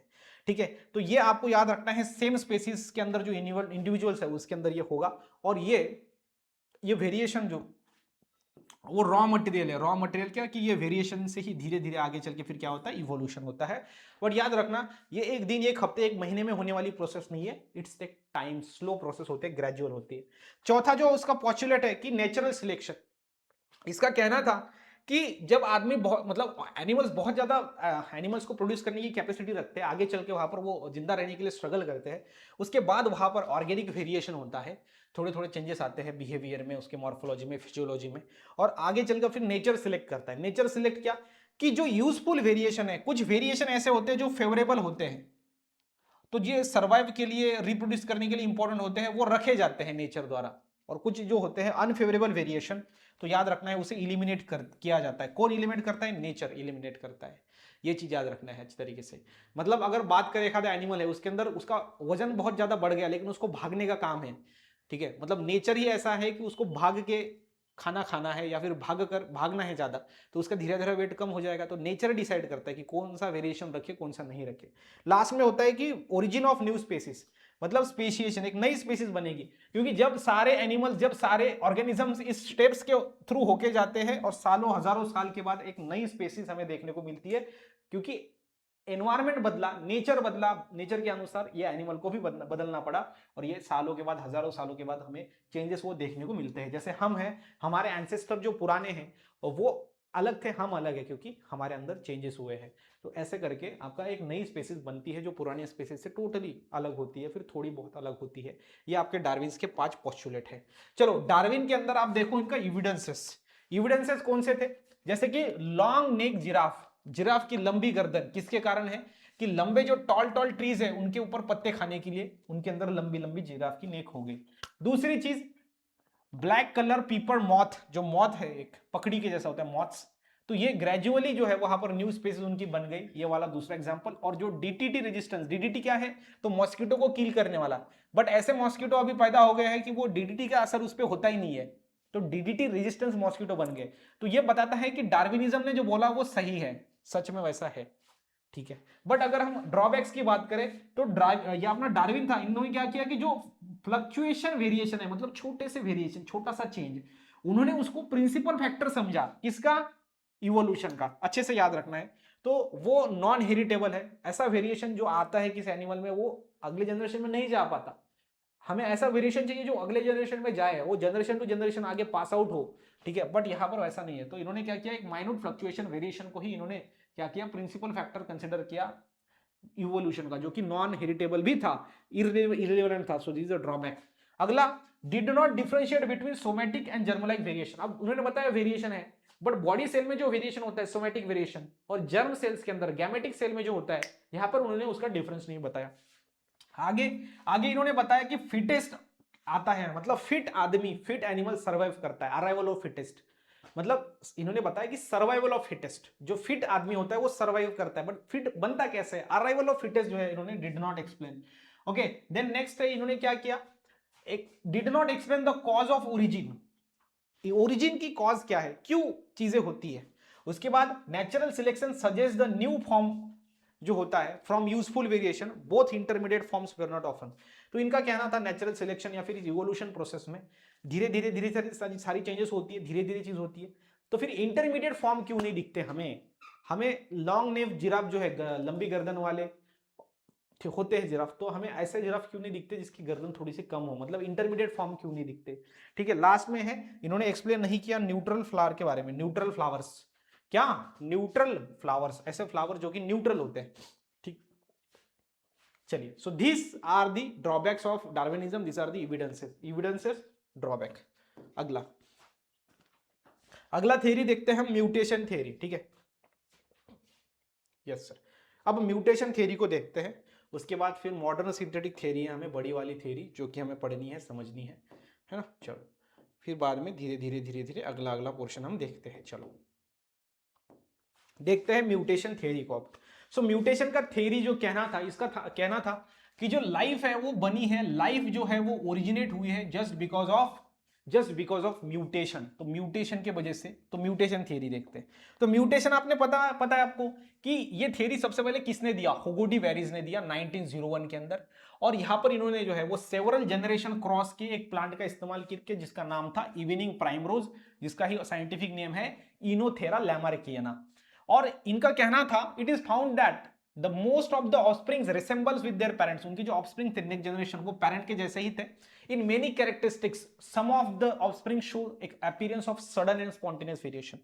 इन्होंने क्या किया, सिंपल, ये साइंटिस्ट थे, इन्होंने जो जनरेशन थी, ठीक है, 7 जनरेशन, 7 जनरेशन की स्टडी किया, किसका, कौन से प्लांट का, इवनिंग प्राइमरोज। इवनिंग प्राइमरोज के उन्होंने प्लांट के 7 जनरेशन का पढ़ाई किया। तो इन्होंने देखा कि जो नई जनरेशन बनती थी वो पेरेंट के जैसे ही रहती थी, बट कुछ प्लांट ऐसे होते थे कि जो जिसमें सडन कुछ तो अचानक बदल आ जाता था, और उस अचानक बदल को ही हम म्यूटेशन कहते हैं। और ये थ्योरी के अनुसार इवोल्यूशन हुआ है जस्ट बिकॉज ऑफ म्यूटेशन, ये इनका कहना था, इसलिए इसको म्यूटेशन थ्योरी कहते हैं। ठीक है, द सडन वेरिएशन जो आते हैं उसे म्यूटेशन नाम दिया, उसको ही डिसकंटिन्यूअस वेरिएशन कहते हैं, क्योंकि ये जो वेरिएशन है विच इज नॉन हेरिटेबल, वो एक जनरेशन से दूसरी जनरेशन में नहीं जा पाते। ठीक है, एंड ये क्या है, नॉन नॉर्मल प्लांट है, प्लांट जो है नॉर्मल जैसा नहीं। These change are inheritable, where inheritable, these change क्या है, इनहेरिटेबल है, means it can transfer, it can pass from one generation to another generation. ठीक है, ये जो म्यूटेशन होता है वो यहां पर समझना है आपको, पास आउट होता है। अब मेन यहां पर देखो आप features, mutation is sudden random and discontinuous heritable variation, बराबर है। ये सडन होते हैं, अचानक होते हैं, रैंडम कभी भी हो सकते हैं, ऐसा कुछ इसका ये नहीं है कि हाँ ऐसे ही होगा। उसके बाद ये डिसकंटिन्यूअस है, कभी होते कभी नहीं होते, हेरिटेबल है, अगले जनरेशन में जा पाते हैं। Mutation provide raw material for evolution, इनका कहना था कि म्यूटेशन से ही आपका इवोल्यूशन होता है, या फिर एक बेसिक जो फाउंडेशन है वो आपका म्यूटेशन ही है इवोल्यूशन का। आगे बताया गया म्यूटेशन मे बी यूजफुल और हार्मफुल, यूजफुल भी हो सकता है, हार्मफुल भी हो सकता है उस प्लांट के लिए। ठीक है, याद रखना है। आगे useful mutations are selected by nature, nature क्या करता है, यूजफुल म्यूटेशन को सिलेक्ट करता है। फॉर एग्जांपल, अब जैसे कोई प्लांट है, उस प्लांट को फल लगते हैं, तो उस प्लांट के अंदर म्यूटेशन हो गया, सडन जीन के अंदर चेंज हो गया, और वहां पर जो सीड, उनका जो फ्रूट बना वो बहुत ज्यादा बड़ा बना, तो बड़ा बना तो वो फ्रूट गिर जाता है बड़ा बनने के बाद, तो वहां पर वो म्यूटेशन हुआ, बट हार्मफुल वो हुआ है। तो इस तरीके से कुछ होता है जो यूजफुल वेरिएशन होता है, म्यूटेशन, यूजफुल म्यूटेशन जो काम में आते हैं किसी प्लांट के, तो जो यूजफुल होते हैं वही नेचर सिलेक्ट करता है, यहां पर कहना है। और अकुमुलेशन ऑफ म्यूटेशन जो था, म्यूटेशन हो के एक नई स्पीसीज बनी है, ये कहना था, ये मेन फीचर थे किसके, ये म्यूटेशन थ्योरी का फीचर था कि हमने हाँ ऐसा हमारा फीचर है। बट यहां पर साइंटिस्ट ने उसके ऊपर ऑब्जेक्शन लिए कि तुम जो बता रहे हो वो गलत है। इन्होंने बताया कि जो लार्ज वेरिएशन ऑब्जर्व किए जाते हैं, हुगो डी वेरिस ने जो किया उसकी म्यूटेशन थ्योरी में, ये क्रोमोसोमल एबेरेशन की वजह से थे, मतलब क्रोमोसोम के अंदर स्ट्रक्चरल चेंज होना, मतलब क्रोमोसोमल एबेरेशन, जिससे ये वेरिएशन आए थे, इनको लगा है कि म्यूटेशन से आए हैं। ये हुगो डी वेरिस जिन्होंने ये म्यूटेशन थ्योरी दिया, तो ये उनके ऊपर ऑब्जेक्शन था। अगला, रेट ऑफ म्यूटेशन जो था वो बहुत स्लो होता है, तो उससे इवोल्यूशन कैसे होता है, नहीं होगा, इवोल्यूशन होने के लिए बहुत ज्यादा समय लग जाएगा। और आगे दिया कि क्रोमोसोमल एबेरेशन जो है वो लिटिल इवोल्यूशनरी सिग्निफिकेंस, मतलब जो क्रोमोसोमल एबेरेशन होता है, मतलब क्रोमोसोम में चेंज होना, क्रोमोसोम मतलब डीएनए, क्योंकि डीएनए से ही क्रोमोसोम बनी है, तो डीएनए के अंदर छोटा सा चेंज आना मतलब म्यूटेशन। ठीक है, मतलब डीएनए के अंदर चेंज आ गया, सेम बात है कि वो क्रोमोसोम के अंदर भी चेंज आ गया, मतलब क्रोमोसोमल एबेरेशन। तो ये बहुत इसका लिटिल इंपॉर्टेंस है इवोल्यूशन के अंदर। ठीक है, तो ये चीज आपको समझनी है, ऑब्जेक्शंस, ये इसके मेन फीचर्स, और ये आपका म्यूटेशन के बारे में किसने दिया, कब दिया, कौन से प्लांट के ऊपर काम किया। ठीक है, ये देख सकते हो आप, म्यूटेशन मतलब आपका एक डीएनए के ऊपर छोटा सा जीन है जिसके ऊपर चेंजेस आए हैं। तो आपको पता है जीन मिलके ही आगे कंबाइन होकर ही डीएनए बनता है, डीएनए से फिर आगे चल के क्रोमोसोम बनती है, पैक होती है। चलो अगला वाला देखते हैं हम अभी, मॉडर्न सिंथेटिक थ्योरी। अब ये जो मॉडर्न सिंथेटिक थ्योरी है, समझना है, ये थ्योरी जो था वो सबसे बड़ा थ्योरी था। जी हाँ जनाब, सबसे बड़ा थ्योरी जो था वो था मॉडर्न सिंथेटिक थ्योरी। ये आपका 3 पार्ट में बनता है, एक इसमें पार्ट होता है आपका जेनेटिक वेरिएशन, सबसे बड़ा थ्योरी, दूसरा होता है आपका नेचुरल सिलेक्शन, तो ये आपका तीसरा हो गया आइसोलेशन। ठीक है, चलो एक एक अभी हम देखते हैं, प्रॉपर वे में हम समझते हैं। चलिए, तो मॉडर्न सिंथेटिक जो थ्योरी था वो किसने किसने दिया, याद रखना है आपको, आर फिशर, जेबीसी हेल्डन, और देखो ये टी डॉब्जन्स का है, जे हॉस्ली, ई मियर, सिम्पसन, स्टेबिन्स, फिशर, सेवॉल राइट, आपका मेंडल, टीएच मॉर्गन एक्सेट्रा, बहुत सारे साइंटिस्ट मॉडर्न सिंथेटिक थ्योरी में इन्वॉल्व थे। सबसे बड़ी थ्योरी यही है और इसमें याद रखना है, आगे हम देखते हैं। तो स्टेबिन्स नाम का साइंटिस्ट जो था, इन्होंने इनके बुक के अंदर, इसका बुक का नाम है 5 की फैक्टर्स, इन्होंने देखा, चीजों को बताया कि जो जीन म्यूटेशन है, क्रोमोसोमल स्ट्रक्चर एबेरेशन चेंज आता है, जेनेटिक रिकॉम्बिनेशन है, नेचुरल सिलेक्शन है, रिप्रोडक्टिव आइसोलेशन है, this controlled in the evolution of new species. मतलब ये सारे फैक्टर से ही आपका एक नई स्पीसीज बनती है, नई स्पीसीज के अंदर इवोल्यूशन आता है। किसने बताया? स्टेबिन्स ने बताया। उसके बुक का नाम क्या था? 5 की फैक्टर्स, वहां पर उन्होंने एक्सप्लेन किया। उसके बाद यहां पर देखो आप, all individuals of a same species constitute a population, सारे के सारे इंडिविजुअल एक स्पीसीज जो होती है वो मिलके पॉपुलेशन बनती है। और वैसे ही पॉपुलेशन, छोटे छोटे पॉपुलेशन के ग्रुप को हम इंटरब्रीडिंग पॉपुलेशन कहते हैं। याद रखना है, पॉपुलेशन मतलब क्या? कि स्पीसीज के इंडिविजुअल का ग्रुप, और इंटरब्रीडिंग पॉपुलेशन मतलब छोटे छोटे पॉपुलेशन का ग्रुप, इंटरब्रीडिंग पॉपुलेशन। ठीक है, इस छोटे से इंटरब्रीडिंग पॉपुलेशन को, ग्रुप ऑफ पॉपुलेशन को ही हम मेंडेलियन पॉपुलेशन भी कहते हैं। अच्छे से याद रखना है, मेंडेलियन पॉपुलेशन भी उसे हम कहते हैं। किसको? आपकी इंटरब्रीडिंग पॉपुलेशन को, जो कि पॉपुलेशन का छोटा छोटा ग्रुप है। पॉपुलेशन कैसे बनती है? किसी स्पीसीज के इंडिविजुअल का ग्रुप को पॉपुलेशन कहते हैं। चलो आगे, यहां पर आपको जीन पूल है। जीन पूल मतलब क्या? कि एक कोई स्पीसीज है, उस स्पीसीज के अंदर टोटल नंबर ऑफ जीन्स कितने हैं उस इंडिविजुअल्स में, पूरे के पूरे। अब पॉपुलेशन है, उस पॉपुलेशन के अंदर जो इंडिविजुअल्स है उसके सारे जीन्स का कॉम्बिनेशन, तो उसे हम जीन पूल कहते हैं।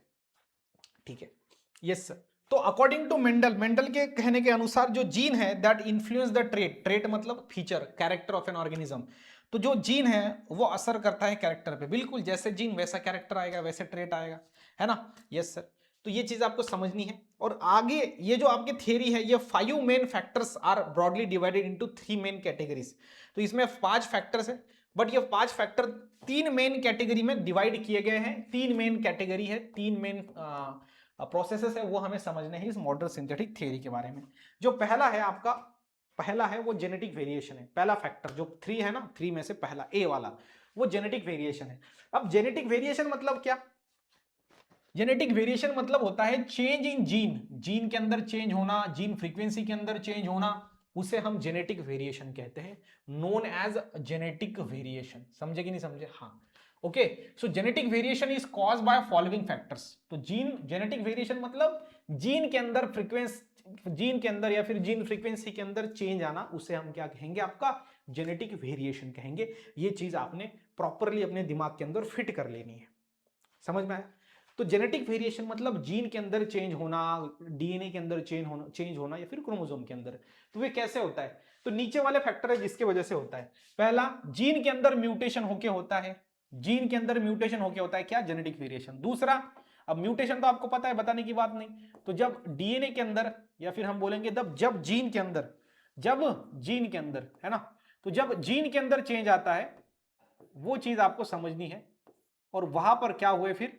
तो प्रॉपरली वहां पर चेंजेस आ गए जीन के अंदर, उसे हम कहेंगे आपका ये जीन म्यूटेशन। ठीक है, जीन म्यूटेशन समझ में आ गया आपको? चलो अगला देखेंगे हम आपका जीन जेनेटिक, क्या बोलेंगे? जेनेटिक रिकॉम्बिनेशन, जिसमें याद रखना है कि जो क्रोमोसोम है ड्यूरिंग गैमेट फॉर्मेशन, ये जो क्रोमोसोम है वो क्या करते हैं? आपस में अपने अपने सेगमेंट को एक्सचेंज कर लेते हैं, उसे ही हम जेनेटिक रिकॉम्बिनेशन कहते हैं।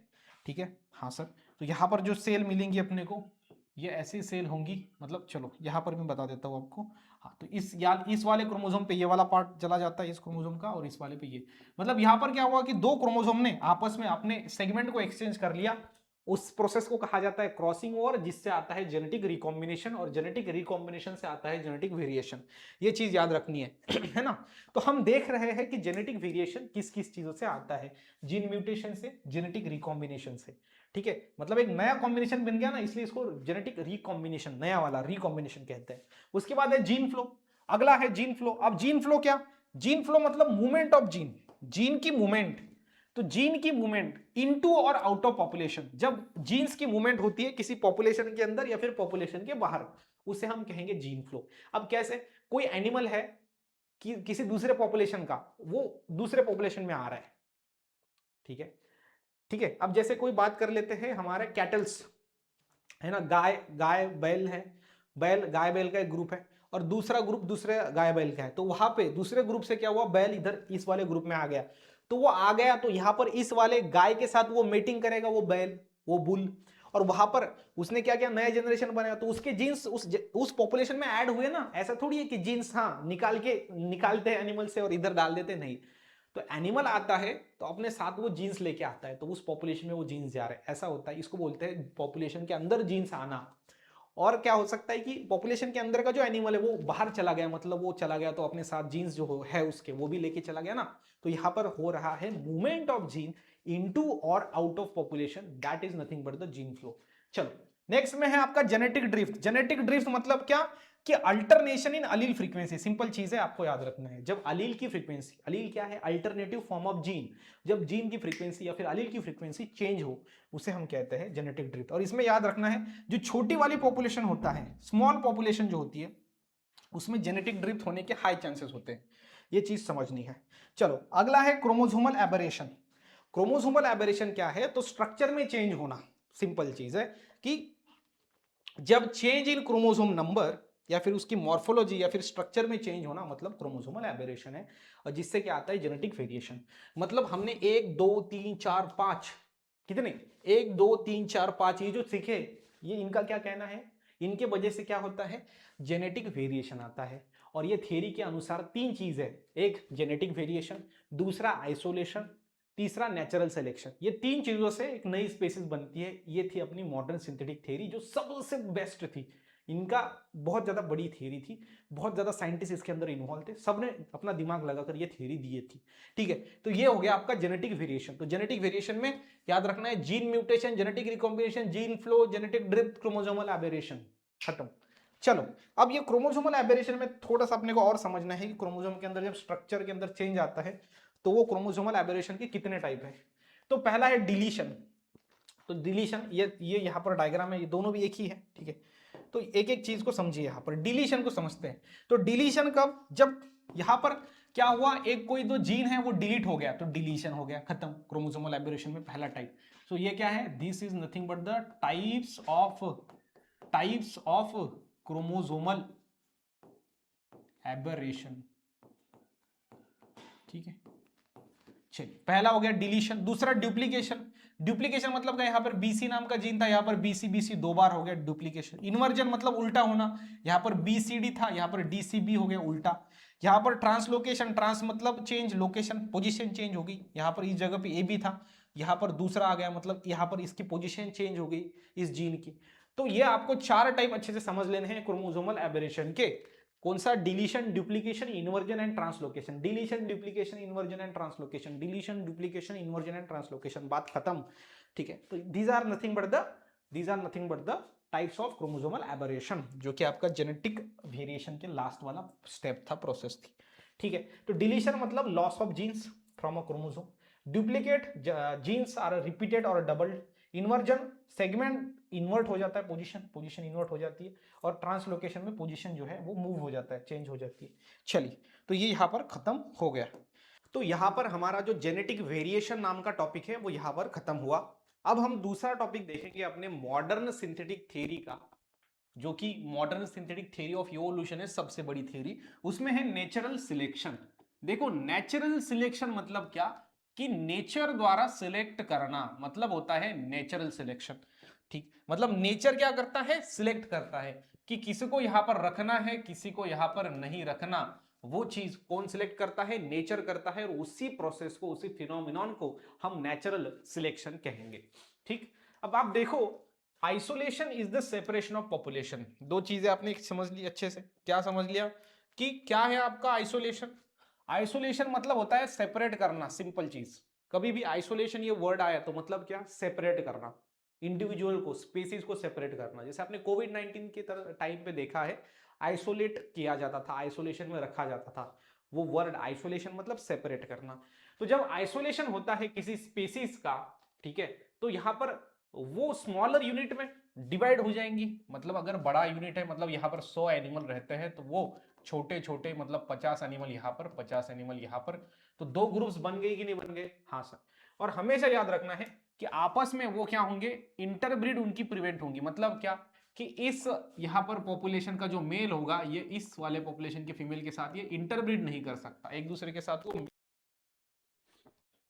अब नेचुरल सिलेक्शन की अगर हम बात करें, इसका बेस्ट एग्जांपल अगर हम देखें तो वो है आपका इंडस्ट्रियल मेलानिज्म। आपको बोर्ड एग्जाम में सवाल आ सकता है कि बताइए जो इंडस्ट्रियल मेलानिज्म है, ये चीज समझनी आपने, which is the best example of natural selection, industrial melanism. Industrial melanism क्या है? तो ये इंडस्ट्री का डेवलपमेंट है जो हुआ था ब्रिटेन के अंदर। कहां पर? ब्रिटेन में, ठीक है। और ये इंडस्ट्रियल मेकानिज्म हमें बहुत ही अच्छी तरीके से ये चीज समझाता है कि कैसे नेचर सिलेक्ट करता है कि कोई इंसान या फिर कोई एनिमल रहेगा इस अर्थ पे और किसी को उठाना है, किसी को खलास करना है, ठीक है। बेस्ट एग्जांपल है, इससे आपको आसानी से समझ में आ जाएगा। सो इंडस्ट्रियल मेकानिज्म क्या है? तो इंडस्ट्री का डेवलपमेंट हुआ था कहां पर? ब्रिटेन के अंदर। तो ब्रिटेन जो है देश के अंदर इंडस्ट्रियलाइजेशन हुआ, इंडस्ट्रीज आई 1800 यहाँ पर 45 शायद से ना, 1845 के अंदर। तो यहां पर क्या हुआ तो वो चीज समझिए। तो जब इंडस्ट्री का डेवलपमेंट हुआ, क्या हुआ? इंडस्ट्रीज का डेवलपमेंट हुआ कहां पर? इंडस्ट्री का डेवलपमेंट हुआ ब्रिटेन के अंदर, है ना। तो वहां पर उस टाइम पे दो मौत थी वहां पर। मौत मतलब क्या? कि जो यहां पर पेड़ के ट्री ट्रंक पर वो सोती थी, मौत पखड़ी की तरह, पखड़ी है ना, ये देखो एक इंसेक्ट की तरह, पखड़ी हम उसको कहेंगे। ये आपने देखा, यहां पर हम गुलाबी कलर का पेन ले लेते हैं, देखो ये दिख रहा है आपको, हाँ ये है आपकी व्हाइट विंग्स वाली, जिसके विंग्स व्हाइट हो, ऐसी वाली मौत आप यहाँ पर देख सकते हो। और एक जो है यहाँ पर आप देख सकते हो, एक थी अपनी ब्लैक विंग्स वाली, ठीक है। ये क्या है? ये थी ब्लैक विंग्स वाली, ब्लैक विंग्स, ठीक है। ये ब्लैक ब्लैक दिख रहा है इधर, क्यों दिख रहा है मैं आपको बताता हूँ, कोई टेंशन की बात नहीं है। तो यहाँ पर दो मौत है, दो मौत, एक सफेद पंखों वाली, एक काले पंखों वाली। अब जो मौत थी, हमेशा याद रखना है, इसमें दो नाम है, कि जो व्हाइट विंग वाली है उसे ब्यूटिलारिया कहते हैं, बिस्टोन ब्यूटिलारिया उसका नाम होगा साइंटिफिक, बिस्टोन ब्यूटिलारिया, जो सफेद पंखों की है। तो मुझे आप बताइए, सफेद पंख मतलब सफेद, कोई इंसान अच्छा लगता है ना, सफेद लड़की या फिर गोरी लड़की अच्छी लगती है, तो आपको याद रखना है व्हाइट विंग्स वाली ब्यूटिलारिया, ब्यूटिलारिया ब्यूटीफुल है। सो बिस्टोन ब्यूटिलारिया, इस तरीके से आप याद रखना। उसके बाद अगर हम देखेंगे ब्लैक विंग्स वाली, काले पंखों वाली, तो उसमें आप बिस्टोन कार्बोनारिया, क्योंकि जो कार्बन होता है वो कैसा होता है? काला कलर का होता है। तो काले पंखों वालों का नाम, काली पंखों वाली जो मौत है उसका नाम है बिस्टोन कार्बोनारिया, और सफेद पंखों वाली जो मौत है उसका नाम है बिस्टोन ब्यूटिलारिया। ये चीज याद रखनी है, कंफ्यूज होते हैं हम कि ब्यूटिलारिया और कार्बोनारिया, ये जो बिस्टोन ब्यूटिलारिया है, बिस्टोन कार्बोनारिया, इसमें ब्लैक विंग्स कौन सी, व्हाइट विंग्स कौन सी, ठीक है। अब ये दोनों भी मौत थी जो ना, वो नॉक्चुरनल थी, मतलब नाइट में जो थी वो अच्छे से काम करती थी और दिन में सोती थी। अब आपको पता है कोई कुछ लोग जो होते हैं वो रात में ज्यादा काम करते हैं, देर तक, दिन में देर से उठते हैं। वैसे ये एनिमल्स ऐसे होते हैं नॉक्चर्नल, जिनको कहा जाता है, जो नाइट में एक्टिव होते हैं, दिन में सोते हैं। तो ये सोते हैं आपके ट्री के ट्रंक के ऊपर, जो ट्री होता है उसका जो खोड़ है, खोड़, उस पर ये सोते हैं। तो यहां पर पहले, मतलब जब कि इंडस्ट्रियलाइजेशन नहीं था, तो इंडस्ट्रियल मेलानिज्म क्या है? तो इंडस्ट्रियलाइजेशन का प्रोसेस है जो हुआ आपका ग्रेट ब्रिटेन के अंदर, इंडस्ट्रियलाइजेशन का प्रोसेस है, ठीक है ना। हाँ सर। तो ये जो इंडस्ट्रियलाइजेशन है, अगर हम यहां पर देखें तो एक चीज आपने समझनी होगी कि पहले इंडस्ट्रियलाइजेशन के पहले क्या हुआ, बिफोर, वो देखो आप, बिफोर पहले क्या था वो हम समझेंगे, और इंडस्ट्रियलाइजेशन के बाद में आफ्टर क्या हुआ वो हम समझेंगे, ठीक। तो जब इंडस्ट्रियलाइजेशन के पहले आपने यहां पर देखना है कि दोनों के दोनों मौत जो थे वो ट्री के ट्रंक, ये क्या है? ट्रंक है, ट्री का ट्रंक, झाड़ जो होता है, पेड़, पेड़ का ये खोड़ है, खोड़। तो वहां पर ये सोते थे। तो कौन दिखता था जल्दी? तो व्हाइट वाले देखो मिक्स हो रहा है थोड़ा सा, लेकिन ये ब्लैक वाला धब्बा डायरेक्टली इधर दिख रहा है, ये धब्बा दिख रहा है। मतलब पहले क्या होता था कि जो आपका ब्लैक विंग्स वाली थी मौत थी, जिसका नाम क्या है? बिस्टोन कार्बोनारिया, उसका नंबर कम हो रहा था, और जो बिस्टोन ब्यूटिलारिया है उसका नंबर बढ़ रहा था। सर कैसे? क्योंकि इनको खाने वाले तो एनिमल है ना इसके ऊपर के फूड चेन में, ठीक है। तो इनके जो प्रेडेटर है, इनके प्रेडेटर, इनको खाने वाले, जब घूमते थे खाना ढूंढने के लिए, तो ये ब्लैक वाली तुरंत दिखती थी, व्हाइट वाली नहीं दिखती थी, क्योंकि व्हाइट वाली जो है इस ट्री के ट्रंक जो था ना हमारा, क्या था ये? ट्री का ट्रंक। ये ट्री का ट्रंक जो था उसके ऊपर था लाइकेन, और लाइकेन जो था वो सफेद कलर का था, व्हाइट कलर का। तो क्या हुआ कि सफेद कलर का होने के कारण, व्हाइट कलर का होने के कारण वहां पर वो छुप रहा है, ठीक है। ये व्हाइट कलर का होने के कारण वहां पर जो अपनी व्हाइट विंग्स वाली है उसमें छुप रही है एग्जैक्टली, लेकिन ब्लैक वाली दिख रही है। तो ये चीज थी पहले, इंडस्ट्रियलाइजेशन होने से पहले, क्योंकि वहां पर ट्री का ट्रंक जो था उसके ऊपर लाइकेन था। बट आफ्टर इंडस्ट्रियलाइजेशन, इंडस्ट्रियलाइजेशन होने के बाद क्या हुआ, ध्यान दो, इंडस्ट्रियलाइजेशन मतलब इंडस्ट्रीज आई, बड़ी बड़ी फैक्ट्री बनी, फैक्ट्री का जो धुआं है, स्मोक है, वो इस ट्री ट्रंक पे जाके गिर गया, मतलब लग गया वहां पे। तो ट्री का जो ट्रंक था, जो पहले सफेद था, वो बाद में ब्लैक हो गया। और ब्लैक होने के कारण क्या हुआ कि जो ब्लैक कलर की जो मौत थी वो यहाँ पर अभी छुपने लगी, और जो व्हाइट कलर की मौत है वो अभी दिखने लगी। अब मुझे आप बताओ, प्रेडेटर अब किसे खाएंगे? जो दिखेगा उसको खाया जाता है, बरोबर कि नहीं? जो पकड़ा जाता है वही चोर होता है। तो यहाँ पर भी वैसा कि ये छुप रही थी, मतलब आपका बिस्टोन कार्बोनारिया का नंबर अभी बढ़ रहा है, और आपका बिस्टोन ब्यूटेलारिया का नंबर घट रहा है, क्योंकि इसको खाया जा रहा है उनके प्रेडेटर्स द्वारा। मतलब देखा, मतलब थोड़े से समय के अंदर क्या हो गया, बात बदल गई, जज्बात बदल गए, है ना, वो मीम्स है आपको पता है। तो यहाँ पर चीजें बदल गई। मतलब याद रखना कि यहाँ पर बिस्टोन कार्बोनारिया कब बढ़ेंगे, कब घटेंगे, बिस्टोन ब्यूटेलारिया कब घटेंगे, कब बढ़ेंगे, ये सब किसने डिसाइड किया? ये डिसाइड किया सब नेचर ने। इसलिए इस प्रोसेस को नेचुरल सिलेक्शन कहते हैं। और इसका बेस्ट एग्जांपल है आपका इंडस्ट्रियल मेलानिज्म, जो ब्रिटेन के अंदर इंडस्ट्रीज का डेवलपमेंट हुआ, और उस हिसाब से उसका नेचर पे, एनिमल पे कैसा असर हुआ, ये आप डायरेक्ट एग्जैक्टली देख सकते हो। यही है आपका इंडस्ट्रियलाइजेशन का example, that is industrial melanism. चलो, यही है आपका नेचुरल सिलेक्शन। तीसरा देखते हैं हम आइसोलेशन। सिंपल चीज है, आइसोलेशन मैंने आपको बोला, नेचुरल सिलेक्शन इसके पहले का। तीन है ना आपका मॉडर्न सिंथेटिक जो थ्योरी है, modern synthetic theory of evolution, जो आपको देखने को मिलेगा, MSS बोलेंगे, मॉडर्न सिंथेटिक थ्योरी, ठीक है, शॉर्टकट में इसको क्या बोलेंगे हम, मॉडर्न सिंथेटिक थ्योरी। ये तीन पार्ट से बनता है, आपको पता है, तीन मैंने बोला। पहला कौन सा? पहला आपका था यहाँ पर जेनेटिक वेरिएशन, दूसरा है नेचुरल सिलेक्शन, और तीसरा है आइसोलेशन। तो आइसोलेशन हम देख रहे हैं। तो आइसोलेशन मतलब सेपरेशन होना, सिंपल चीज है, separation of population that prevent interbreeding. मैंने इसके पहले आपको बताया था कि इंटरब्रीडिंग ना हो दो पॉपुलेशन में। मतलब जैसे ये है, एक ही पॉपुलेशन है, इसमें 100 लोग रहते हैं, ये डिवाइड हो गया दो 50-50 पॉपुलेशन के अंदर, और ये 50-50 वाले पॉपुलेशन आपस में एक दूसरे के साथ इंटरब्रीड नहीं कर सकते, ठीक है, तो उसे आइसोलेशन कहते हैं। अब आइसोलेशन के टाइप देखो आप, टाइप इसके देखो, टाइप है इसके दो, एक है जियोग्राफिकल आइसोलेशन और दूसरा है रिप्रोडक्टिव आइसोलेशन। जियोग्राफिकल मतलब जो फिजिकल आइसोलेशन है, सिर्फ फिजिकल आइसोलेशन, मतलब वो सिर्फ उनका जो पोजीशन है वो बदल रहा है, उसके अंदर रिएक्शन, जो इनके अंदर जो प्रोसेस है या फिर उनके अंदर जो स्ट्रक्चर्स है उसमें कोई चेंज नहीं आ रहा, खिलवाड़ नहीं हो रहा, सिर्फ फिजिकल आइसोलेशन है। मतलब सिर्फ वो फिजिकली दूर जा रहे हैं, विचारों से दूर नहीं जा रहे, प्रोसेस से दूर नहीं जा रहे, ठीक है, सिर्फ फिजिकली। तो याद रखना कि आपका जियोग्राफिकल आइसोलेशन ये फिजिकल बैरियर है, और जो आपका रिप्रोडक्टिव आइसोलेशन है ये क्या होता है कि वो इंटरब्रीड नहीं कर पाते आपस में, इनएबिलिटी, मतलब आपस में इंटरब्रीड नहीं कर पाते, मतलब प्रोसेस में चेंज हो रहा है, यहां पर सिर्फ वो उनकी जगह बदल रही है बस। तो इनका कॉज देखो, जैसे रिवर है, जैसे एनिमल यहाँ पर 100 एनिमल है, तो बीच में से रिवर चली गई, तो यहाँ पर नदी के इस पार एनिमल, नदी के इस पार, तो उनका क्या हुआ, आइसोलेशन हुआ, सेपरेशन हुआ। बट यहाँ पर एक फिजिकल आइसोलेशन हुआ, सिर्फ फिजिकल बैरियर बीच में प्रेजेंट रहा, जैसे कि नदी हो, तालाब हो, माउंटेन्स हो, ग्लेशियर्स हो, एक्सेट्रा। सो यहां से जो आइसोलेशन हुआ वो जियोग्राफिकल आइसोलेशन रहेगा। और इनका इफेक्ट क्या है कि ये भी इंटरब्रीड को प्रिवेंट करता है, बराबर है।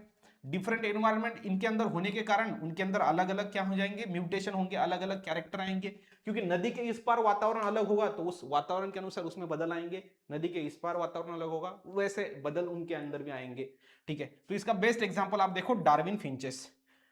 अब रिप्रोडक्टिव आइसोलेशन मतलब वो आपस में इंटरब्रीड नहीं कर पा रहे, इसके पीछे कॉज क्या है?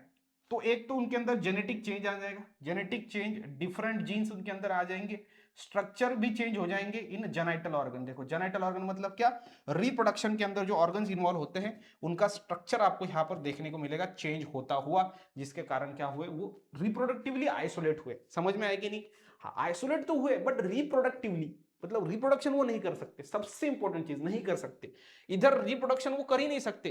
कौन नहीं कर सकता? दो ग्रुप के एनिमल जो सेपरेट हुए ना, आइसोलेशन में सेपरेट होते, दो ग्रुप बन रहे एनिमल के, वो दो ग्रुप के इंडिविजुअल आपस में इंटरब्रीड नहीं कर सकते। वो खुद के खुद कर सकते खुद के पॉपुलेशन में, बट आपस में नहीं कर सकते।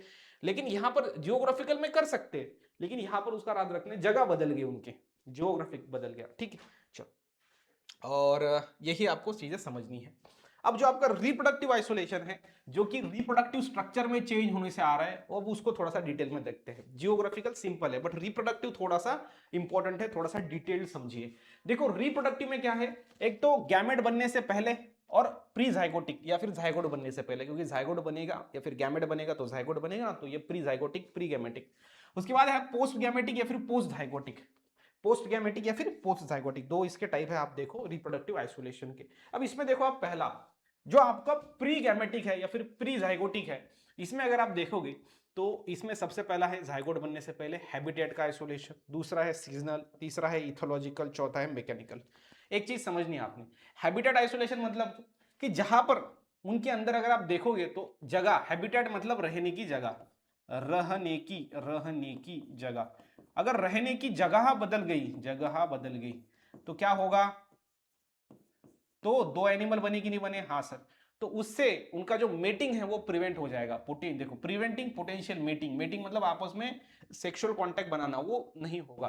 तो ये हैबिटेट आइसोलेशन, इसको ही हम इकोलॉजिकल आइसोलेशन कहते हैं। हैबिटेट बदल गया मतलब जगह बदल गई, मतलब इकोलॉजिकल जो सिस्टम है, एनवायरमेंट है वो बदल गया, that's why it is also known as ecological आपका आइसोलेशन। तो habitat isolation also known as ecological isolation. ठीक है, चलो तो यहां तक क्लियर है। यस देखो एनर्जी बहुत ज्यादा बढ़ गई लेक्चर की, तो यहाँ पे ट्यूबलाइट गिर रही है। चलो अगला देखो, अगला है सीजनल या फिर टेम्पोरल आइसोलेशन। अब सीजनल मतलब क्या, कि यहाँ पर इनका जो मैच्योरेशन का टाइम है ना वो अलग अलग होगा। मतलब एक फीमेल मैच्योर हो गई उस ग्रुप में, तो दूसरे ग्रुप वाले की जो है वो फीमेल या फिर मेल मैच्योरेशन नहीं होगा। मतलब डिफरेंट टाइप्स पे इनका मैच्योरेशन होगा। सेक्सुअल मैच्योरेशन, कौन सा maturation, sexual maturation different time पे होगा, जिसके कारण उनके बीच में क्या प्रिवेंट होगा, इंटरब्रीडिंग। इंटरब्रीडिंग, जैसे कि ये पॉपुलेशन हमारा यहाँ पे है 100 इंडिविजुअल वाला, ये डिवाइड हो गया आपके दो ग्रुप में, यहाँ पर 50 इंडिविजुअल और यहाँ पर आपके 50 इंडिविजुअल। तो ये आपस में एक दूसरे के साथ संबंध नहीं बना पाएंगे, क्योंकि पहला तो उनकी जगह अलग अलग है, habitat isolation, that is also known as ecological. Sexual maturation उनका टाइम अलग है, उसको ही हम टेम्पोरल भी कहते हैं, टेम्पोरल आइसोलेशन या फिर आपका सीजनल आइसोलेशन।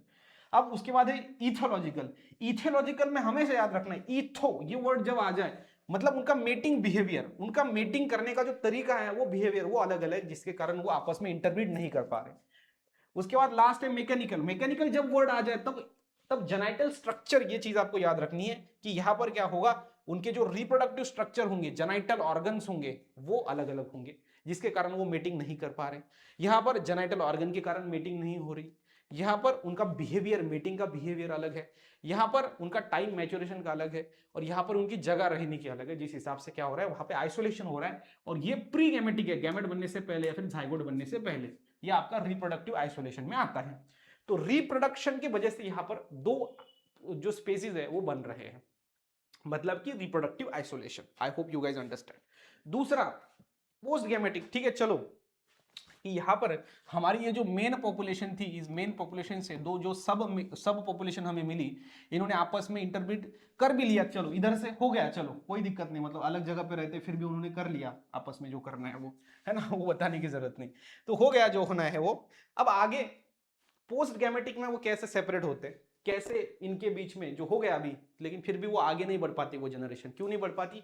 देखो पहला चीज तो गैमेट मर जाते हैं, वहां पर गैमेट की मोर्टेलिटी हो जाती है। अगर इंटरब्रीडिंग हो भी गया फिर भी जो गैमेट जाएंगे उस फीमेल के अंदर, तो वो वहां पर गैमेट मर जाएगा। गैमेट नहीं मरा तो जाइगोट बना, लेकिन जाइगोट मर जाएगा बाद में, और जाइगोट भी नहीं मरा, वहां पे जाइगोट भी बन गया, तो बाद में जो हाइब्रिड बनेगा, क्योंकि ये दो दो स्पीसीज, दो एक ही स्पीसीज के लेकिन दो ग्रुप के पॉपुलेशन से बना, इसलिए इसको हाइब्रिड कहते हैं, दोनों के कैरेक्टरिस्टिक्स उसके अंदर होते हैं, लेकिन वो स्टराइल हो जाएगा। स्टराइल मतलब वो नेक्स्ट जनरेशन प्रोड्यूस नहीं कर पाएगा। अब आप सोचो यार, अगर ऐसा होता तो बैल जो है वो किसी अदर एनिमल के साथ इंटरमीट कर लेता और अपना नया स्ट्रक्चर बना लेता, मतलब जिससे क्या होता है कि मिक्स कॉम्बिनेशन हमें मिलते हैं, हर एक एनिमल का जो है खुद का अस्तित्व नहीं रहता, ठीक है, मिक्सचर दिखने को मिलता कोई किसके साथ भी, है ना, ये नेचुरली हो जाता था। तो ये ना हो, इसके कारण हर एक एनिमल का एक अपना खुद का स्पीसीज, आपका आइडेंटिटी हो, इसके कारण ये बहुत बहुत इंपॉर्टेंट चीज है, तो ये याद रखेंगे।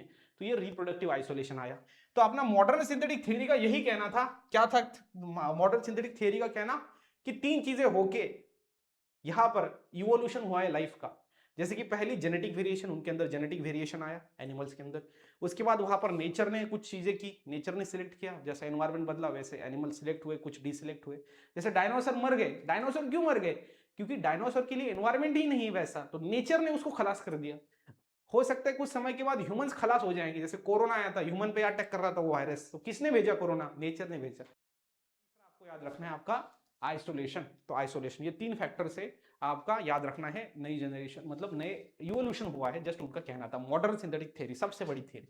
चलो अब हम देखेंगे मैकेनिज्म ऑफ ऑर्गेनिक इवोल्यूशन। देखो हम आपके वन शॉट के अंदर हर एक टॉपिक जो है वो कवर कर रहे होते हैं, बट यहां पर एक ये टॉपिक भी है लेकिन ये इजी है। यहां पर यही है आपका जीन रिकॉम्बिनेशन। जीन फ्लो तो हमने ऑलरेडी देखा है। जीन फ्लो मतलब मैंने बोला आपको मूवमेंट ऑफ जीन इनटू और आउट ऑफ पॉपुलेशन, जो ऑलरेडी पढ़ा दिया।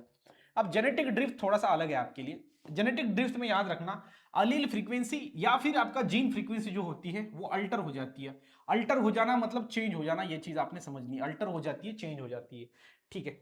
अब ये जो जेनेटिक ड्रिफ्ट है ये आपका सेवाल राइट नाम के साइंटिस्ट ने इसको आइडेंटिफाई किया, सबसे पहले ढूंढा, और इसलिए इसको हम सेवाल राइट इफेक्ट भी कहते हैं। किसको? जेनेटिक ड्रिफ्ट को। Why genetic drift is also known as Sewall Wright effect? Because Sewall Wright scientist ने उसको आइडेंटिफाई किया था, सबसे पहले देखा था, है ना। बाकी जीन फ्लो पता चल गया। जीन रिकॉम्बिनेशन, जहां पर आपको पता है क्रोमोसोम नंबर जो है वो उसमें वेरिएशन आता है, जेनेटिक रिकॉम्बिनेशन से वेरिएशन प्रोड्यूस होता है, अलगनेस बदल प्रोड्यूस होता है। और आपको पता है ये किससे होता है? Just because of crossing over. तो क्रॉसिंग ओवर होके मतलब दो क्रोमोसोम अपने आपस में सेगमेंट को एक्सचेंज करते हैं, जिससे क्रॉसिंग ओवर होता है और वहां से वेरिएशन आता है, जिसको हम जीन रिकॉम्बिनेशन कहते हैं। जेनेटिक रिकॉम्बिनेशन या फिर जीन रिकॉम्बिनेशन, ठीक। हाँ, अगेन इसमें दो इफेक्ट आपको देखने को मिलेंगे आपके ऑर्गेनिक इवोल्यूशन में। ऑर्गेनिक मतलब नेचुरल इवोल्यूशन होता है, नेचुरली होता है, नेचर द्वारा होता है। देखो फाउंडर इफेक्ट है, जहां पर few individuals large population establish हो, न्यू पॉपुलेशन और new location occurs when a few individuals from a large population, बहुत बड़ी पॉपुलेशन है 100 है, उसमें से 10 इंडिविजुअल बाहर गिर गए और उन्होंने अपनी खुद की एक नई पॉपुलेशन बना दी, उसको ही हम कहेंगे आपका फाउंडर इफेक्ट। फाउंडर इफेक्ट, खुद की अपनी नई पॉपुलेशन बना दी। जैसे कोई कंपनी में काम करता है इंसान और खुद फिर बाद में खुद का कुछ चालू करता है एक छोटे लेवल पे, तो वो फाउंडर हो जाता है, वैसे फाउंडर इफेक्ट। अब बॉटल नेक इफेक्ट मतलब क्या? कि जब लार्ज पोर्शन पॉपुलेशन का, जो लार्ज पोर्शन होते हैं पॉपुलेशन का, वो एक नई पॉपुलेशन बना लेता है। मतलब यहाँ पे अगर 100 इंडिविजुअल्स है तो 100 में से 70 इंडिविजुअल आगे बढ़कर एक नया पॉपुलेशन बढ़ा देंगे, तो उस इफेक्ट को हम बॉटल नेक इफेक्ट कहते हैं, जो बड़ा होता है, ठीक है। ये होता है just because of natural disaster. अगर पॉपुलेशन के अंदर बहुत बड़ा अगर भूकंप आ गया या फिर बहुत बड़ा अगर बाढ़ आ गई, तो उससे जो 100 इंडिविजुअल्स थे, 100 हमारे पॉपुलेशन में ऑर्गेनिज्म थे, उसमें से 90 बह के चले गए और नई जगह पे जाके उन्होंने नई पॉपुलेशन बना दी, तो बॉटल नेक इफेक्ट कहते हैं। और अगर छोटे सा बड़ी पॉपुलेशन से छोटे से इंडिविजुअल आगे बढ़कर एक नई पॉपुलेशन अगर बनाए, तो उसे हम आपका फाउंडर इफेक्ट कहते हैं। एग्जांपल आप देख सकते हो। चलिए नेक्स्ट में देखेंगे आपका नेचुरल सिलेक्शन। नेचुरल सिलेक्शन के टाइप्स अब समझते हैं अच्छी तरीके से। नेचुरल सिलेक्शन के टाइप, नेचुरल सिलेक्शन क्या होता है वो तो समझ लिया कि नेचर द्वारा सिलेक्ट करना, बट उसके टाइप्स कौन कौन से होते हैं? तो याद रखना इसमें सबसे पहला टाइप होता है स्टेबलाइजिंग सिलेक्शन, दूसरा होता है डायरेक्शनल और तीसरा होता है डिसरप्टिव। नाम में देखो स्टेबलाइजिंग मतलब स्टेबल करने का काम कर रहा है, इसको ही हम बैलेंस भी कर सकते हैं, स्टेबल करना या फिर बैलेंस करना, that's why it is a balancing situation, balancing selection. I hope guys you understand. ये कैसे होगा? सिंपल चीज है कि यहां पर अगर हम देखेंगे तो एक्सट्रीम वेरिएशन जो होगा वो इलिमिनेट हो जाएगा, बोथ एक्सट्रीम चीजें जो है इलिमिनेट हो जाएंगी। जैसे फॉर एग्जांपल मैं आपको बताता हूं, जैसे वेट की बात करते हैं, एग्जांपल लेते हैं वेट का। वेट मतलब उसका वजन कितना है, वजन मतलब यहाँ पे अगर इंडिविजुअल हमारे पास है, एक इंडिविजुअल जिसका वजन है, एनिमल जिसके अंदर 100 किलोग्राम मतलब 1 क्विंटल का वजन है, किसी के अंदर 75 केजी का वेट है, 75 किलो का, और कोई इंडिविजुअल आपका 40 किलो का है। मतलब यहाँ पे चीज समझनी है कि ये जो आप इंडिविजुअल देख रहे हो इसमें ज्यादा वेट है, इसमें कम वेट है, और इसमें आपका मीडियम वेट आपको देखने को मिल रहा है। तो ये बैलेंसिंग में क्या होता है कि बीच वाले को जो है वो सिलेक्ट किया जाता है। मतलब देखो आप बोथ जो एक्सट्रीम है, एक्सट्रीम मतलब बहुत ज्यादा या फिर बहुत कम वेट, ये दोनों भी एक्सट्रीम हुए, ये हाई एक्सट्रीम ये लो एक्सट्रीम, ये दोनों को खलास कर दो, बीच वाले को सिलेक्ट कर लो, उसे ही हम कहते हैं आपका बैलेंसिंग या फिर स्टेबलाइजिंग सिलेक्शन। ये आपने देख लिया। ये डायग्राम आप देखो, ये इसको छोड़ दो, इसको छोड़ दो, जो बीच वाला है उसको आप सिलेक्ट कर दो, that's why it is a balancing selection, ठीक है। उसके बाद है डायरेक्शन। डायरेक्शन याद रखना है ये किसी एक डायरेक्शन में होता है। मतलब सेम एग्जांपल अगर हम यहां पर ले अपना 100 केजी वाला, इधर 75 केजी वाला और इधर 40 केजी वाला, तो यहां पर क्या होता है, एक ही डायरेक्शन में कुछ तो होगा। एक तो इनको सिलेक्ट किया जाएगा या फिर इनको सिलेक्ट किया जाएगा, बीच में कभी बीच वाले को कभी सिलेक्ट नहीं करेंगे, ठीक है। तो याद रखना है फेवर्स वन एक्सट्रीम, एक एक्सट्रीम फिनोटाइप को ये फेवर करेगा, कोई तो एक्सट्रीम फिनोटाइप, एक्सट्रीम फिनोटाइप, लेकिन याद रखना है सिर्फ और सिर्फ वन एक्सट्रीम फिनोटाइप। एक तो वो लोअर वेट वाला या फिर हायर वेट वाला, मीडियम वाले को नहीं सिलेक्ट करेंगे। और ये इसी आपको समझना है, इसीलिए देख सकते हो आप यहाँ पर जो पीक है वो इधर चला गया, मतलब selection against the extreme, extreme के अगेंस्ट यहाँ पर सिलेक्शन हो गया। तो ये होता है डायरेक्शनल, किसी एक डायरेक्शन में आपको ये दिख रहा है होने वाला। इसका एग्जांपल आप देख सकते हो, इसका भी देख सकते हो। ठीक है, तीसरा देखते हैं डिसरप्टिव। अब डिसरप्टिव में क्या किया जाता है? डिसरप्टिव में सिंपल चीज है, आपका सेम एग्जांपल लेते हैं, 100 किलोग्राम वाला इंडिविजुअल, 75 किलोग्राम वाला इंडिविजुअल और 40 किलोग्राम वाला इंडिविजुअल। इसमें क्या करते हैं, ये डिसरप्टिव है, धमाका मतलब पूरा डिस्टर्ब कर देता है, नुकसान कर देता है। ये हाई वाले को भी सिलेक्ट नहीं करते, लो वाले को, नहीं गलत हो रहा है ये जो है वो बीच वाले को सिलेक्ट नहीं करते, इधर इसको भी सिलेक्ट करेंगे और इसको भी सिलेक्ट करेंगे। ये आपको चीज समझना है। देखो आप इधर इसको भी सिलेक्ट किया, इसको भी सिलेक्ट किया, बीच वाले को नहीं सिलेक्ट किया, तो इसे बोला जाता है डिसरप्टिव सिलेक्शन। और ये डिसरप्टिव टाइप का नेचुरल सिलेक्शन बहुत कम होता है, ये चीज समझनी है। सो बोथ एक्सट्रीम फिनोटाइप्स को सिलेक्ट किया जाता है, बोथ एक्सट्रीम, एक तो एक्सट्रीम हाई एक्सट्रीम लो, इधर इधर सिर्फ किसी एक को और यहां पर बीच वाले को, ये चीज आपने समझनी है अच्छी तरीके से, है ना, एक्सट्रीम फिनोटाइप। तो आप देख so different beak size in the African seed cracker finches, उसमें ये हुआ था आपका, जिसमें क्या हुआ कि जो बीक की साइज है, ज्यादा साइज वाले और छोटी साइज वाले लिए मीडियम साइज वाले कट हो गए, वो खत्म कर दिए, किसने? नेचर ने कर दिए। सो ये किसका एग्जाम्पल है? आपका नेचुरल सिलेक्शन का। ठीक है, चलो आगे बढ़ते हैं। नेक्स्ट जो कंसेप्ट समझते हैं वो है आपका Hardy Weinberg principle. Hardy Weinberg principle, Hardy Weinberg principle हमें क्या समझाता है? हार्डी वेनबर्ग द्वारा ये साइंटिस्ट ने दिया गया था। इसका एक ही कहना है कि जनरेशन टू जनरेशन, जब एक जनरेशन दूसरी जनरेशन बनाती है, दूसरे से बाद में जो तीसरी जनरेशन बनती है, तो उसमें एक चीज है क्या, कि generation to generation Aleel frequency या फिर जीन फ्रीक्वेंसी कांस्टेंट रहती है। वही चीज आपको यहां पर समझना है अच्छी तरीके से, allele frequency and genotype frequency remain constant. आपका ये बोर्ड एग्जाम में 1 मार्क या फिर 2 मार्क के लिए आ सकता है। ठीक है, it operate in a large diploid and sexually reproducing organism. किसमें होता है ये? लार्ज ऑर्गेनिज्म में। डिप्लॉयड होना चाहिए 2 सेट ऑफ क्रोमोसोम, और सेक्सुअली रिप्रोड्यूस मतलब उसके अंदर सेक्सुअल रिप्रोडक्शन होना चाहिए।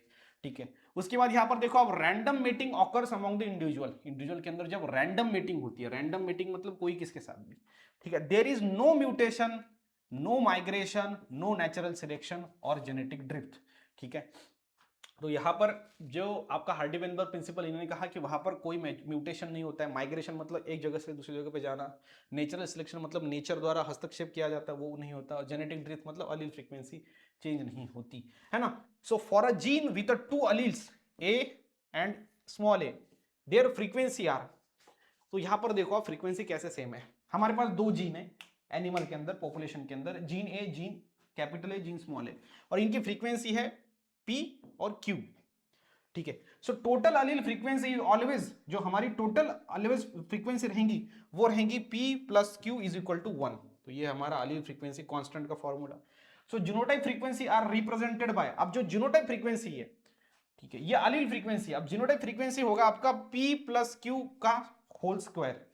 ठीक, तो यहां पर अगर आप फॉर्मूला आपको पता है, ये फॉर्मूला आपका सीधा जो है किसके इस पे डिपेंड है, ए स्क्वायर प्लस बी स्क्वायर, ये दोनों का मतलब, जैसे हम बात करें यहां पर a plus B whole square is equal to A square plus A B plus B square.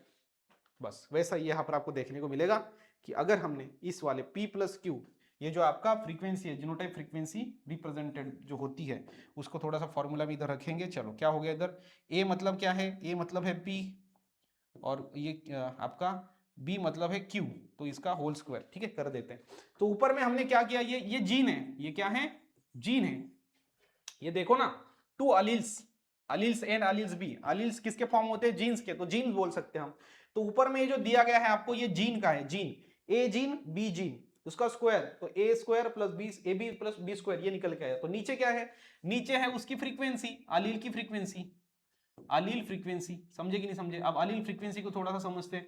अब अलील फ्रीक्वेंसी जो है वो p प्लस क्यू स्क्वायर अगर रहा तो क्या आएगा इधर, इधर आएगा p स्क्वायर प्लस आपका 2pq आएगा, ये 2pq प्लस q स्क्वायर। ठीक है, यहाँ पर भी ए बी जो होगा वो ट्वाइस टाइम आएगा, 2 बार आएगा, ये चीज अच्छे से समझिए आप, ठीक है। अब यहाँ पर सेम ये जो निकाला है हमने, तो ये हमेशा याद रखना, दोनों के दोनों हमेशा जब कभी भी आपको समझना है तो P square plus 2pq plus Q square is equal to 1, मतलब अलील फ्रीक्वेंसी जो जीनोटाइप फ्रीक्वेंसी जो होती है वो क्या होती है, एक जैसी होती है, सेम होती है, रिमेन कांस्टेंट होती है। हर एक जनरेशन में आपको ये चीज याद रखना है अच्छी तरीके से कि allele frequency and gene frequency remain constant, इसलिए एक आया यहाँ पर, ठीक है। P square plus 2pq plus Q square is equal to 1।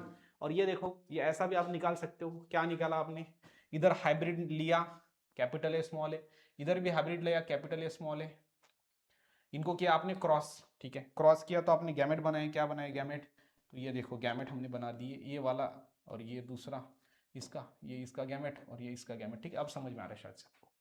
तो अब गैमेट देखो ए मिलेगा, ए मतलब ही हमारा, हमने क्या बोला था, A is P and small A is equal to Q, बस वही, ये ए आया मतलब पी स्क्वायर, ये ए कैपिटल ए स्मॉल ए आया मतलब पी क्यू, इधर भी कैपिटल ए स्मॉल ए मतलब पी क्यू, और ये स्मॉल ए मतलब क्यू स्क्वायर, ठीक है। तो उस हिसाब से ये फॉर्मूला ही आपको देखने को मिलेगा उसके अंदर, ठीक है, ये वाला। तो यहां पर आपने एक ही चीज समझनी है कि जो अलील फ्रीक्वेंसी होती है, जीनोटाइप फ्रीक्वेंसी होती है, वो कांस्टेंट होती है। दो चीजें, एक allele frequency and genotype frequency, generation to generation, अगले जनरेशन में भी सेम, उसके अगले जनरेशन में सेम, वही आपको बताना है, that is about the Hardy Weinberg principle. लेकिन उसमें याद रखना है आपको कि आपका जो जीन है वो बताना है कि capital A small A gene है, उनकी फ्रीक्वेंसी पी है और क्यू है, और फिर ये पी क्यू जो है इज इक्वल टू 1, जो हमारा ये इक्वेशन निकल के आया, ये कैसा निकल के आया, तो ये ऊपर वाला जो मैथ का इक्वेशन है, तो ये चीज आपने समझ ली है। तो हमने यहाँ पर क्रॉस ही कर दिया ना, सीधा सीधा क्रॉसिंग क्या हुआ, जैसे चैप्टर 3 आपका परफेक्ट होना चाहिए तभी आपके समझ में आ गया। तो हमारा कैपिटल है, इसको क्रॉस कर दिया हमने स्मॉल ए के साथ, तो हमारा जो हाइब्रिड निकल के आएगा वो होगा capital A. So it's a hybrid और F1 भी बोल सकते हैं इसको, क्योंकि ये पेरेंट को क्रॉस करके मिला है। और यही हाइब्रिड को फिर हमने क्या किया, फिर से एक दूसरे के साथ क्रॉस किया, और हमें ये डायरेक्टली ये जो फॉर्मूला है वो निकल के आया हमारा, और वही है आपका हार्डी-वेनबर्ग प्रिंसिपल। चलो अगला देखते हैं, एडाप्टिव रेडिएशन। एडाप्टिव रेडिएशन मतलब क्या, सो ट्रांसफॉर्मेशन ऑफ ओरिजिनल स्पीसीज, एक ओरिजिनल स्पीसीज है वो ट्रांसफॉर्म हो गई इनटू अ डिफरेंट वैरायटीज। जैसे यहां पर अगर आप देखोगे तो ये हमारा था एक ओरिजिनल स्पीसीज, किसका, फिंचेस। एडाप्टिव रेडिएशन का जो बेस्ट एग्जांपल है वो याद रखना है इसका, डार्विन फिंचेस, क्योंकि डार्विन ने इसको देखा था, इसके बारे में लिखा था, इसलिए इसको डार्विन फिंचेस कहा जाता है। अब ये जो डार्विन फिंचेस है, इसमें अगर आप देखोगे तो ये हमारा पुराना इंडिविजुअल था, एक ही था, ये एक ही स्पीसीज थी हमारी, बट क्या हुआ कि इससे अलग अलग स्पीसीज बन गए। देखो यहाँ पर जो रहते थे वो ऐसे बन गए, यहाँ पर जो रहते थे वो ऐसे, फिर बाद में देखो, मतलब एक ही स्पीसीज से, क्योंकि वो अलग अलग जगह पे रह रहे, तो उनका खाने का पैटर्न अलग अलग है, उनका खाना अलग अलग फॉर्म में है, उनको वहां पर रहना अलग अलग चीजों के अंदर है, तो जिसके कारण क्या हुआ, उनके अंदर स्ट्रक्चरल चेंजेस आ गए, मतलब एक ही स्पीसीज से बहुत सारे स्पीसीज बन गए, उसी को ही हम एडाप्टिव रेडिएशन कहते हैं, याद रखना अच्छी तरीके से। और डार्विन का जो फिंचेस है आपका, ये Darwin finches is the best example of natural selection, जैसे हमने देखा था। So it is a best example of adaptive radiation, not natural selection. Natural selection का बेस्ट एग्जांपल है इंडस्ट्रियल मेलानिज्म, जो ब्रिटेन के अंदर हुआ, वैसे ही यहाँ पर एडाप्टिव रेडिएशन का बेस्ट एग्जांपल है डार्विन फिंचेस। जो डार्विन फिंचेस जो है वो चार्ल्स डार्विन को देखने को मिले कहाँ पर, गैलापागोस आइलैंड। कौन सा आइलैंड, गैलापागोस आइलैंड। आइलैंड मतलब ऐसा जगह जिसके चारों तरफ पानी होता है, जमीन की ऐसी जगह, तो उसे हम आइलैंड कहेंगे। अगला क्वेश्चन यहाँ पर हम थ्योरी देखेंगे अगली, which is nothing but the evidences of organic evolution, ठीक है। अब यहाँ पर इविडेंसेस होने के बाद एक 2-3 स्लाइड है, उसके बाद फिर हमारा ये जो चैप्टर है वो खत्म। अब देखो, ऑर्गेनिक इवोल्यूशन मतलब नेचुरली इवोल्यूशन हुआ, नेचर ने इसको इवोल्यूशन को किया, यह ऑर्गेनिक इवोल्यूशन का कहना था। और इसके इविडेंसेस देखो, पहला है पैलेंटोलॉजी। पैलेंटोलॉजी मतलब हमेशा आपको समझना है, पैलेंटोलॉजी मतलब बायो की ब्रांच ऐसी जो कि स्टडी करती हो फॉसिल्स की। फॉसिल्स मतलब डेड पार्ट्स जो होंगे एनिमल्स और आपके प्लांट्स के, तो वो फॉसिल्स की स्टडी जिस ब्रांच के अंदर की जाती है बायो की, उसे पैलेंटोलॉजी कहते हैं। एंशिएंट लाइफ की स्टडी करना। और आप बोलोगे सर फॉसिल की स्टडी क्यों की जाती है, क्योंकि हमें ये पता चलता है कि हमारे पहले जो एनिमल आए थे वो कैसे थे और हम अभी कैसे हैं, तो हमारे अंदर बदलाव कैसे हुए, क्या हुए। सो प्रोसेस देखी जा सकती है, पढ़ी जा सकती है, समझी जा सकती है। तो फॉसिल्स में आपको 4 टाइप दिए गए हैं आपके बुक में। पहला एक्चुअल रिमेन, दूसरा माउल्ड है, तीसरा मोल्ड या फिर मोल्ड, तीसरा कास्ट, चौथा है कॉम्परेशन। अब पहला एक्चुअल रिमेन, जिसमें याद रखना यहाँ पर जो एनिमल है वो एज इट इज उसके फॉर्म में है, मतलब कोई रेजिन है, डिंक निकल के आ रहा है, उधर कोई अगर कीड़ा जाके उस डिंक में फंस गया तो वो एज इट इज वैसे के वैसा वहां पर प्रेजेंट रहेगा। सो जब एक्चुअल रिमेन में मतलब एनिमल एक्चुअल में जैसा के वैसा रहता है। मोल्ड में हमेशा याद रखना है, मोल्ड मतलब साचा, तो किसी एनिमल का सिर्फ साचा, स्ट्रक्चर का साचा यहाँ पे दिखाई दे रहा है, वो वाला फॉसिल्स मोल्ड। कास्ट मतलब क्या कि जब ये साचे के अंदर मिनरल मैटर भर गया, मतलब एग्जैक्ट एनिमल के जैसा स्ट्रक्चर फॉर्म हो गया, तो मिनरल मैटर भर जाना, मिनरल मैटर भर जाना किसके अंदर भरेंगे, मोल्ड के अंदर। हमेशा याद रखना है कि आपका मोल्ड जो होगा उसके अंदर मिनरल मैटर भर गए तो वो आपका बनाता है कास्ट नाम का फॉसिल। और चौथा है कॉम्प्रेशन। कॉम्प्रेशन मतलब सिंपल कार्बन की आउटलाइन, किसी एनिमल जो है उसकी सिर्फ आउटलाइन, मतलब चित्र के जैसा कार्बन की आउटलाइन होती है, ओके, उसे हम क्या कहेंगे आपका, उसे हम कहेंगे, आपने चीज समझनी है, उसे हम कहेंगे that is nothing but the ये कॉम्प्रेशन। कॉम्प्रेशन मतलब कार्बन की आउटलाइन, कार्बन कार्बन ही लिख दिया हमने, आउटलाइन लिखना पड़ेगा ना, ओके, आउटलाइन, ठीक है, चित्र के जैसा, जैसे पेंसिल से हम निकालते हैं ना स्केच, उस तरीके से। चलो, पैलेंटोलॉजी के सिग्निफिकेंस आप देख सकते हो, what are the significance of palaeontology, ठीक है, यहां पर थोड़ा सा इसको ऊपर ले लेते हैं। देखो सिग्निफिकेंस में पहला जो सिग्निफिकेंस है कि ये फाइलोजेनी, फाइलोजेनी मतलब इवोल्यूशनरी हिस्ट्री को पता कर सकते हैं, इवोल्यूशनरी हिस्ट्री को किसी ऑर्गेनिज्म की, तो ये पहली चीज, इसका पहला फायदा हुआ। दूसरा, यहां पर various studying form and the structure of extinct animal, ऐसे एनिमल जो नष्ट हो चुके हैं पूरी तरीके से, एक्सटिंक्ट एनिमल, उनकी स्टडी करने के लिए मदद होती है फॉसिल्स द्वारा। It provide the record of missing link, कोई बीच में अगर कोई ऑर्गेनिज्म था जो दो ऑर्गेनिज्म को लिंक कर रहा था, मिसिंग लिंक, उसको देखा जा सकता है। और हैबिट की स्टडी की जा सकती है कि एनिमल कैसे रहते थे, उनकी क्या अच्छी अच्छी आदतें थी और क्यों वो एक्सटिंक्ट हुए, वो सारी चीजें, ठीक है, ओके। तो ये है आपका पैलेंटोलॉजी का फायदा। कनेक्टिंग लिंक देखो, कनेक्टिंग लिंक, तो कनेक्टिंग लिंक का एक बेस्ट एग्जांपल आपको यहां पर दिया गया है, which is nothing but the Archaeopteryx lithographica. और कनेक्टिंग लिंक मतलब मिसिंग लिंक उसको कहते हैं, कनेक्टिंग लिंक या फिर मिसिंग लिंक। तो ऐसा एनिमल, ऐसा ऑर्गेनिज्म जो क्या करता है, दो ग्रुप को रिप्रेजेंट करता हो, दो ग्रुप को रिप्रेजेंट करता हो, दोनों के कैरेक्टरिस्टिक्स वो दिखाता हो, तो उसे हम कहेंगे आपका कनेक्टिंग लिंक। जैसे फॉर एग्जांपल कोई एक इंसान है जिसने क्या किया, ऊपर से, ठीक है, मतलब एकदम भगवा शर्ट पहन लिया, ठीक है, भगवा कपड़ा पहन लिया, और सिर पे सफेद वाली टोपी पहन ली, मतलब क्या, वो दो ग्रुप के इंडिविजुअल को शो कर रहा है, एक मुस्लिम और दूसरा हिंदू, तो दोनों को शो कर रहा है, दो ग्रुप के कैरेक्टरिस्टिक्स को दिखा रहा है, इसलिए वो कनेक्टिंग लिंक है। उसी प्रकार से एनिमल्स भी जो थे, वो ये देखो, ये वाला एनिमल अभी नहीं है लेकिन पहले था ये, इसको आर्चरोपिटेरिक्स कहा जाता है, आर्चरोपिटेरिक्स लिथोग्राफी का, it is a scientific name of that particular animal. तो यहां पर आप देखोगे इसको चोंच भी थी और दांत भी थे, इसको देखो आप, यहां पर पंख भी थे, और इसको ये मतलब बोलेंगे ना हम उसको क्लॉज बोलते हैं, वो भी थे वहां पर, उसको टेल भी थी और उसके ऊपर पंख भी थे। तो इस तरीके से आप देख सकते हो इसकी बॉडी कैसी थी, इसका अंदर का स्ट्रक्चर है ना। जैसे एनिमल के जो, सॉरी, ये जो बर्ड है, बर्ड के बोन अंदर से हॉलो होते हैं, इसके बोन हॉलो भी थे और भरियो भी थे, ठीक है। तो इस तरीके से याद रखना है आपको। और आपको एक चीज जो इंपॉर्टेंट है यहाँ पर, आर्चरोपिटेरिक्स कौन से दो ग्रुप ऑफ एनिमल के कैरेक्टरिस्टिक्स को दिखाता है, ये बहुत इंपॉर्टेंट है, 1 मार्क के लिए आ सकता है, या फिर पूरा का पूरा आर्चरोपिटेरिक्स 2 मार्क के लिए आ सकता है। अगर 2 मार्क के लिए आया तो बताना है Archaeopteryx it is a connecting link, it is a missing link, और ये मिसिंग लिंक क्या है, कनेक्टिंग लिंक क्या है, वो एक्सप्लेन करना है। और उसके बाद बताना है कि कौन से दो ग्रुप के एनिमल के कैरेक्टर को ये दिखाता है, और रेप्टाइल्स कैरेक्टर कौन से, एवियन कैरेक्टर कौन से। तो ये जो एनिमल है ना, ये दो ग्रुप के कैरेक्टर को दिखाता है, एक होता है आपका बर्ड और दूसरा होता है आपका रेप्टाइल्स। तो बर्ड को ही एव्स कहा जाता है, याद रखना, बर्ड के अंदर ही एव्स उसको बोलेंगे। तो ये दो ग्रुप के एनिमल को वो दिखाता है। अब इसमें नाम में ही है, नाम में ही देखो, ए और आर, ए और आर, आर्चरोपिटेरिक्स में ए क्या है, ए मतलब है एव्स और आर मतलब है रेप्टाइल्स, ठीक है, समझे कि नहीं समझे, हाँ। तो देखो प्रॉब्लम जहां पे होती है वहां पे सॉल्यूशन है जस्ट आइडेंटिफाई करना है, ए आर, आर्चरोपिटेरिक्स जो होगा, ए आर जो होगा, मतलब A for Aves, R for reptiles, खत्म है विषय। फिर इसमें एक ही चीज याद रखनी कि रेप्टाइल्स के कैरेक्टर इसके बॉडी में कौन से है, और एवियन बर्ड्स के कैरेक्टर कौन से हैं। चलो अगला देखेंगे मॉर्फोलॉजी। ये हम इविडेंसेस में पढ़ रहे हैं, evidences of organic evolution. Organic evolution जो हुआ है नेचर ने किया है, नेचर द्वारा धीरे धीरे हुआ है। उसमें पहला एविडेंस हमने पैलेंटोलॉजिकल देख लिया, पैलेंटोलॉजिकल एविडेंस। दूसरा अगर हम देखेंगे यहाँ पर, तो दूसरा एविडेंस हम देखेंगे मॉर्फोलॉजी का। मॉर्फोलॉजी मतलब बाहर का जो स्ट्रक्चर है उसके हिसाब से, एक्सटर्नल स्ट्रक्चर की पढ़ाई करके जो एविडेंस हमें मिला वो मॉर्फोलॉजिकल एविडेंस है, और एक्सटर्नल स्ट्रक्चर की स्टडी करना मतलब ही मॉर्फोलॉजी, मतलब ही मॉर्फोलॉजी, और जो एविडेंस होगा वो मॉर्फोलॉजी पे बेस होगा, वो मॉर्फोलॉजिकल एविडेंस। अब जब बाहर की जब हमने स्टडी की, बाहर से स्टडी की, तो हमें दिखाई दिया दो टाइप के ऑर्गन, एक होते हैं होमोलोगस ऑर्गन, एक होते हैं एनालॉगस ऑर्गन। होमोलोगस ऑर्गन मतलब स्ट्रक्चर सेम, जिनका स्ट्रक्चर सेम हो, बट यहां पर जो फंक्शंस होंगे वो डिफरेंट होंगे। ये चीज आपने याद रखनी है, structure different, function same but structure different. Analogous की अगर हम बात करें तो यहां पर जो फंक्शन है वो सेम रहेगा, फंक्शन सेम और स्ट्रक्चर डिफरेंट। ठीक है, तो ये चीज आपने क्लियरली समझ लेनी है।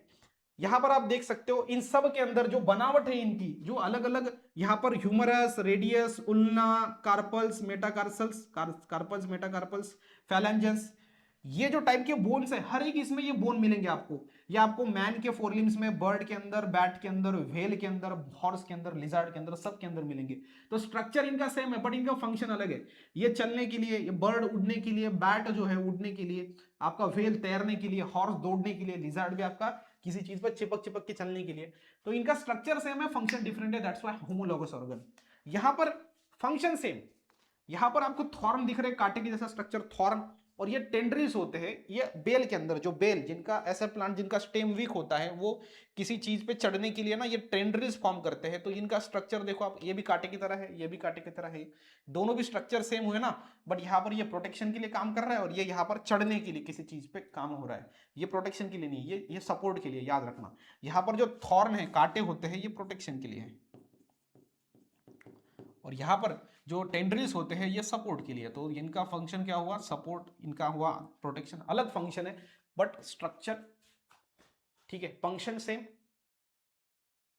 ये यहां पर स्ट्रक्चर सेम, फंक्शन डिफरेंट, यहां पर स्ट्रक्चर डिफरेंट, फंक्शन सेम। ठीक है, यस यस। तो आगे पीछे सिर्फ लिखा है हमने, बाकी कुछ इसका टेंशन का बात नहीं है, है ना। चलिए, structure same, function different, function same और स्ट्रक्चर डिफरेंट। ठीक है, यस सर। दोनों का अगर हम बात करें आपका, तो फंक्शन यहां पर क्या हुआ, अब यहां पर थोड़ी गलती यहां पर हो चुकी है। गलती क्या है, गलती यह है कि ये दोनों के दोनों जो एग्जांपल्स है वो आपके होमोलोगस ऑर्गन के हैं। ठीक है, वही मैं देख रहा हूं यहां पर। हाँ, तो बिल्कुल ये दोनों के दोनों जो एग्जांपल्स हैं वो होमोलोगस ऑर्गन के हैं, बस वो थोड़ा सा आप कर लो इधर करेक्शन। क्या करेंगे हम, हाँ ये देखो, ये आपका जो है ए और बी, ये दोनों भी जो एग्जाम्पल्स हुए वो हुए आपके होमोलोगस ऑर्गन के। ठीक है, हाँ, तो ये सारे के सारे जो एग्जाम्पल है, इधर वाला और इधर वाला भी, ठीक है, पीपीटी के अंदर वो थोड़ा सा गलत हो गया, ये सब आपका एग्जाम्पल हो गया होमोलोगस ऑर्गन के। अब एनालॉगस ऑर्गन के मैं आपको बताता हूँ एग्जाम्पल। ठीक है, अब एनालॉगस ऑर्गन की अगर एग्जाम्पल की बात करें तो यहाँ पे सिंपल समझना है आपको। एनालॉगस के जो एग्जाम्पल है वो इसमें है बर्ड के विंग्स और इंसेक्ट के विंग्स। ठीक है, बर्ड के विंग्स आपके बुक में डायग्राम है, और इंसेक्ट के विंग्स वो देख लेना आप। तो बर्ड के जो विंग्स है और इंसेक्ट के विंग्स है, दोनों का याद रखना स्ट्रक्चर डिफरेंट है, दोनों का स्ट्रक्चर डिफरेंट है, बट उनका जो याद रखना स्ट्रक्चर क्या हुआ, डिफरेंट हुआ, बट फंक्शन सेम है, उड़ने का, फ्लाई करने का। तो वो हो गया आपके, वो हो गया आपके एनालॉगस ऑर्गन। ठीक है, तो एनालॉगस ऑर्गन जो भी सारी चीजें है वो आपको समझनी है, वो इस डब्बे में है। इस डब्बे में आपको एनालॉगस ऑर्गन के बारे में दिया गया है। और यहाँ पर जो दिखाई दे आपको होमोलॉगस, ये रेड वाला डब्बा जो दिखाई दे रहा है शायद से, हाँ, तो रेड वाला जो है वो पूरा का पूरा आपका होमोलॉगस ऑर्गन का है, जिसमें स्ट्रक्चर से फंक्शन डिफरेंट है। और एनालॉगस ऑर्गन में इनका स्ट्रक्चर डिफरेंट है बट फंक्शन सेम ही है, एक ही उड़ने का, फ्लाई होने का। चलो देखो आगे, देखो आगे वेस्टिजियल ऑर्गन आपको देखने को मिलेगा। वेस्टिजियल ऑर्गन मतलब ऐसे ऑर्गन जो बॉडी में कुछ काम के नहीं है। अब वो काम के नहीं है, ये हमें ये दिखाता है कि पहले ये काम के थे, अब ये काम के नहीं है, मतलब ऑर्गेनिक इवोल्यूशन हुआ है, नेचुरल कुछ ना कुछ बदलाव हुए हैं, चेंजेस हुए हैं, ये चीज वहां पर दिखती है ना, बिल्कुल। तो वही आपको चीज समझना है। इसे कोई हम रूडिमेंटरी ऑर्गन्स कहते हैं, which is present inside our body but they are useless. ठीक, अब वेस्टिजियल ऑर्गन यहाँ पर आप देख सकते हो अलग अलग आपको देखने को मिलेंगे, dictating membrane, wisdom teeth, coccyx, canine teeth, vermiform appendix, these are the vestigial organ which are present inside the human body। और आगे दिया गया है उनका description, vestigial rudiment of the third eyelid of humans. Humans के अंदर जो आप देख सकते हो इधर ब्लैक वाला इधर स्पॉट होता है इधर, ठीक है, हाँ, तो वहां पर वो आपको नॉन फंक्शनल ह्यूमंस के अंदर। वेस्टिजियल टीथ जो है वो अनकुक फूड खाने के लिए थे, लेकिन हम तो कुक करके खाते, तो वो अभी प्रॉब्लमेटिक है। दाढ़ जो थी ना हमारी पीछे की दाढ़ दुखती है ना, वो वाला अंदर का यहाँ पर अक्कल दाढ़ ज्याला आपण म्हणतो मराठीमध्ये। रेड्यूस आपका टेल बोन है अभी भी, टेल शायद से हमें पहली थी, मतलब ये क्या शो कर रहा है, इवोल्यूशन शो कर रहा है। ठीक है, और लाइक लास्ट में आपको दिया गया है मॉलिकुलर इविडेंसेस। मॉलिकुलर इविडेंसेस मतलब क्या, कि ऐसे इविडेंस हमें दिखते हैं जिसमें जो मॉलिक्यूल होते हैं वो सेम होते हैं, मॉलिक्यूल लेवल पे मॉलिक्यूल सेम आपको एनिमल्स में दिख जाएंगे, डिफरेंट डिफरेंट प्रकार के। मतलब ये हमें ये दिखाता है कि हम जो भी सारे बने हैं वो हम एक ही एनिमल से बने हैं, या फिर हम एक सेल से बने हैं, हम एक ही चीज से एक सारे डिफ्रेंशिएट हम हुए हैं, ऐसा ये बताते हैं। ठीक है, बाकी आप वहां पे रीड कर सकते हो। चलिए, अब यहां पर हम देखेंगे स्पेशिएशन नाम का टॉपिक। ठीक है, अब क्या बचा है वो देख ले थोड़ा सा। स्पेशिएशन और बस बात खत्म। ये लास्ट वाला टॉपिक है जो अभी हम देख रहे हैं, स्पेशिएशन। स्पेशिएशन मतलब जिस प्रोसेस में एक नई स्पीसीज बनाई जाती है उस स्पीसीज को स्पेशिएशन कहेंगे। देखो यहां पर जो स्पेशिएशन है वो अलग है, एंड जो आइसोलेशन है वो अलग है। आइसोलेशन के बाद स्पेशिएशन होता है, ये थोड़ा सा समझना है आपने। आइसोलेशन मतलब क्या, कि यहां पर 100 इंडिविजुअल्स है, वो 100 में से 50 को हमने इधर सेपरेट कर दिया, इधर 50 को सेपरेट कर दिया, मतलब हो गया आइसोलेशन। बट आगे चल के ये 50 एक नई स्पीसीज बनाएंगे और ये 50 एक नई स्पीसीज बनाएंगे, उसे हम स्पेशिएशन कहेंगे। तो स्पेशिएशन थोड़ा सा एडवांस है, आइसोलेशन के बाद फिर स्पेशिएशन होगा, ऐसा हम बोल सकते हैं, जिसमें नई स्पीसीज बनती है। अब इसमें इसके दो प्रकार है, एक है इंट्रा स्पेसिफिक स्पेशिएशन और दूसरा है इंटर स्पेसिफिक स्पेशिएशन। अब स्पेशिएशन में क्या बनेगा, नई स्पीसीज बनेगी। किससे बनेगी, पहले अस्तित्व में जो स्पीसीज थी उससे बनेगी। लेकिन ये जो इंट्रा है, इंट्रा मतलब यहां पर सिंपल है कि कोई एक ही स्पीसीज थी और उस स्पीसीज से हमने क्या किया, एक दूसरा एनिमल यहां पर बना दिया, तो ये हो गया आपका इंट्रा स्पेसिफिक, एक ही स्पीसीज का इन्वॉल्वमेंट इसमें होगा।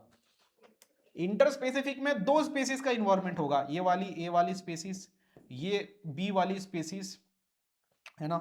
तो ये दोनों ने मिलकर, ये ए वाली स्पीसीज ये बी वाली स्पीसीज, ये दोनों ने मिलकर जो है वो यहाँ पर समझना है सी वाली स्पीसीज को बना दिया। So it is known as interspecific speciation, in which two species are involved to form a new species, in which only one species is involved to form new species। खत्म। हाँ सर। अब यहां पर geographical isolation, इसमें भी अभी intraspecific जो है, इंट्रा, इसमें दो टाइप आपको देखने को मिलेंगे, एक होगा एलोपेट्रिक स्पेशिएशन, एक होगा सिंपेट्रिक स्पेशिएशन। एलोपेट्रिक में जियोग्राफिकल आइसोलेशन, जियोग्राफिकल आइसोलेशन के कारण एक स्पीसीज से दो स्पीसीज बने, सिर्फ याद रखना, सिर्फ एक ही स्पीसीज से दो स्पीसीज बने, दूसरी स्पीसीज बनी एक से। ठीक है, एक ही इन्वॉल्व है, ये समझना है। और सिंपेटिक में जियोग्राफिकल आइसोलेशन नहीं होता, यहाँ पर रिप्रोडक्टिव बैरियर्स होते हैं, रिप्रोडक्टिव बैरियर्स। ठीक है, ये चीज आपको समझनी है अच्छी तरीके से। तो रिप्रोडक्टिव कारणों के कारण अगर एक स्पीसीज से एक नई स्पीसीज बनती है तो वो सिंपेट्रिक स्पेशिएशन है, आपके इंटरस्पेसिफिक स्पेशिएशन में इसका टाइप दूसरा वाला। और पहला एलोपेट्रिक, एलोपेट्रिक में आपका याद रखना है जियोग्राफिकल जो है फिजिकल बैरियर वहां पे प्रेजेंट रहेगा। इधर रिप्रोडक्टिव बैरियर से नई स्पीसीज बनना, यहाँ पर फिजिकल बैरियर से नई स्पीसीज बनना, बट याद रखना एक ही स्पीसीज के, एक ही स्पीसीज से ये दूसरी स्पीसीज बन रही है, होगी, है ना। मैंने आपको बोला ही है कि सबसे पहले आइसोलेशन होता है, आइसोलेशन के बाद फिर स्पेशिएशन होता है। और यहाँ पर हाइब्रिडाइजेशन है, मतलब दो स्पीसीज, जैसे यहाँ पर हम क्या करेंगे, हॉर्स, तो हॉर्स है एक डोंकी है, तो दोनों को क्या किया, क्रॉस किया, दो दो नए नए अलग अलग स्पीसीज है, और इससे बन गया अपने को म्यूल। तो और ये जो म्यूल है ये क्या होगा, इंटर स्पेसिफिक स्पेशिएशन हम उसको कहेंगे, क्योंकि हमने एक नई स्पीसीज बनाई है बट दो स्पीसीज का इस्तेमाल करके बनाई है, तो वो यहाँ पर आपने समझनी है। चलिए आगे आपको है जियोलॉजिकल टाइम स्केल। इस जियोलॉजिकल टाइम स्केल को हमने एकदम इजीएस्ट वे में यहाँ पर लिखा है नोट्स में हमारे। ये नोट्स आपको बायो स्टडी ऐप पर वन शॉट नोट्स जो कोर्स है हमारा वहां पर देखने को मिलेंगे। जियोलॉजिकल टाइम स्केल मतलब क्या, कि जो अर्थ है, अर्थ में जो सजीव सृष्टि बनी तब से अब तक आज तक जो भी सारा प्रोसेस हुआ है, मतलब कैलेंडर, जैसे कैलेंडर होता है ना, तो कैलेंडर में एक ही साल का पूरा चीजें दी गई होती है, बट यहाँ पर एक चीज समझनी है, यहाँ पर जब से जीवन शुरुआत हुई जीवन की और अब तक आज तक पूरा का पूरा जो कैलेंडर है वो ये है आपका जियोलॉजिकल टाइम स्केल। बस वही चीज है, इसमें अलग अलग इपोच है, अलग अलग ईरा है, जैसे आप देख सकते हो आपका Palaeozoic Ira, Mesozoic Ira, Cenozoic Ira, वो सारी चीजें दी गई है आपको। ठीक है, ये जियोलॉजिकल टाइम स्केल है, और ये हमने जो बनाया है ये चार्ट, ये है सिंपलेस्ट फॉर्म। आपके बुक पे जो दिया गया है वो थोड़ा कॉम्प्लेक्स है, हार्ड है, उसको हमने शॉर्ट बनाया है, और जो इंपॉर्टेंट चीजें हैं वो इसमें ऐड किया है। तो ये आप देख सकते हो, इसमें आप इस ये कैलेंडर के अंदर समझना है आपने। पीरियड दिए गए हैं, ईरा पहले, ईरा, पीरियड, इपोज, टाइम, कितना मिलियंस ईयर एगो है, प्लांट लाइफ तब कैसे थी, एनिमल लाइफ तब कैसे थी, और यहाँ से फिर वो स्टार्ट हुआ और इस तरीके से यहाँ तक, मतलब अभी आप देख सकते हो ये, अब ये सबसे पुराना है, ऐसा है, समझे कि नहीं समझे, ये सबसे पुराना है, ये सबसे पुराना, उसके बाद ये हुआ, उसके बाद ये हुआ, ऐसा उल्टा आ जाओ आप। और अभी जो है वो सेनोजाइक ईरा जो है वो आपको समझना है चल रहा है, ये सेनोजाइक ईरा, क्या, सेनोजाइक। तो सबसे पहले ये था, पुराना हेडन था, आप देख सकते हो कितने मिलियन ईयर एगो, कितने मिलियन ईयर एगो, तो 3800 से 4600 मिलियन ईयर एगो। 1 मिलियन मतलब 10 लाख होता है, तो ये हजार में है, इसको अगर आप मल्टीप्लाई करोगे, मतलब 5000 को अगर आप 10 से मल्टीप्लाई करोगे तो आप देख सकते हो वहां पर कितने साल पुराना, कितने लाख साल पुराना आपको देखने को मिलेगा। ठीक है, तो ये कैलेंडर है आपका सजीव सृष्टि का।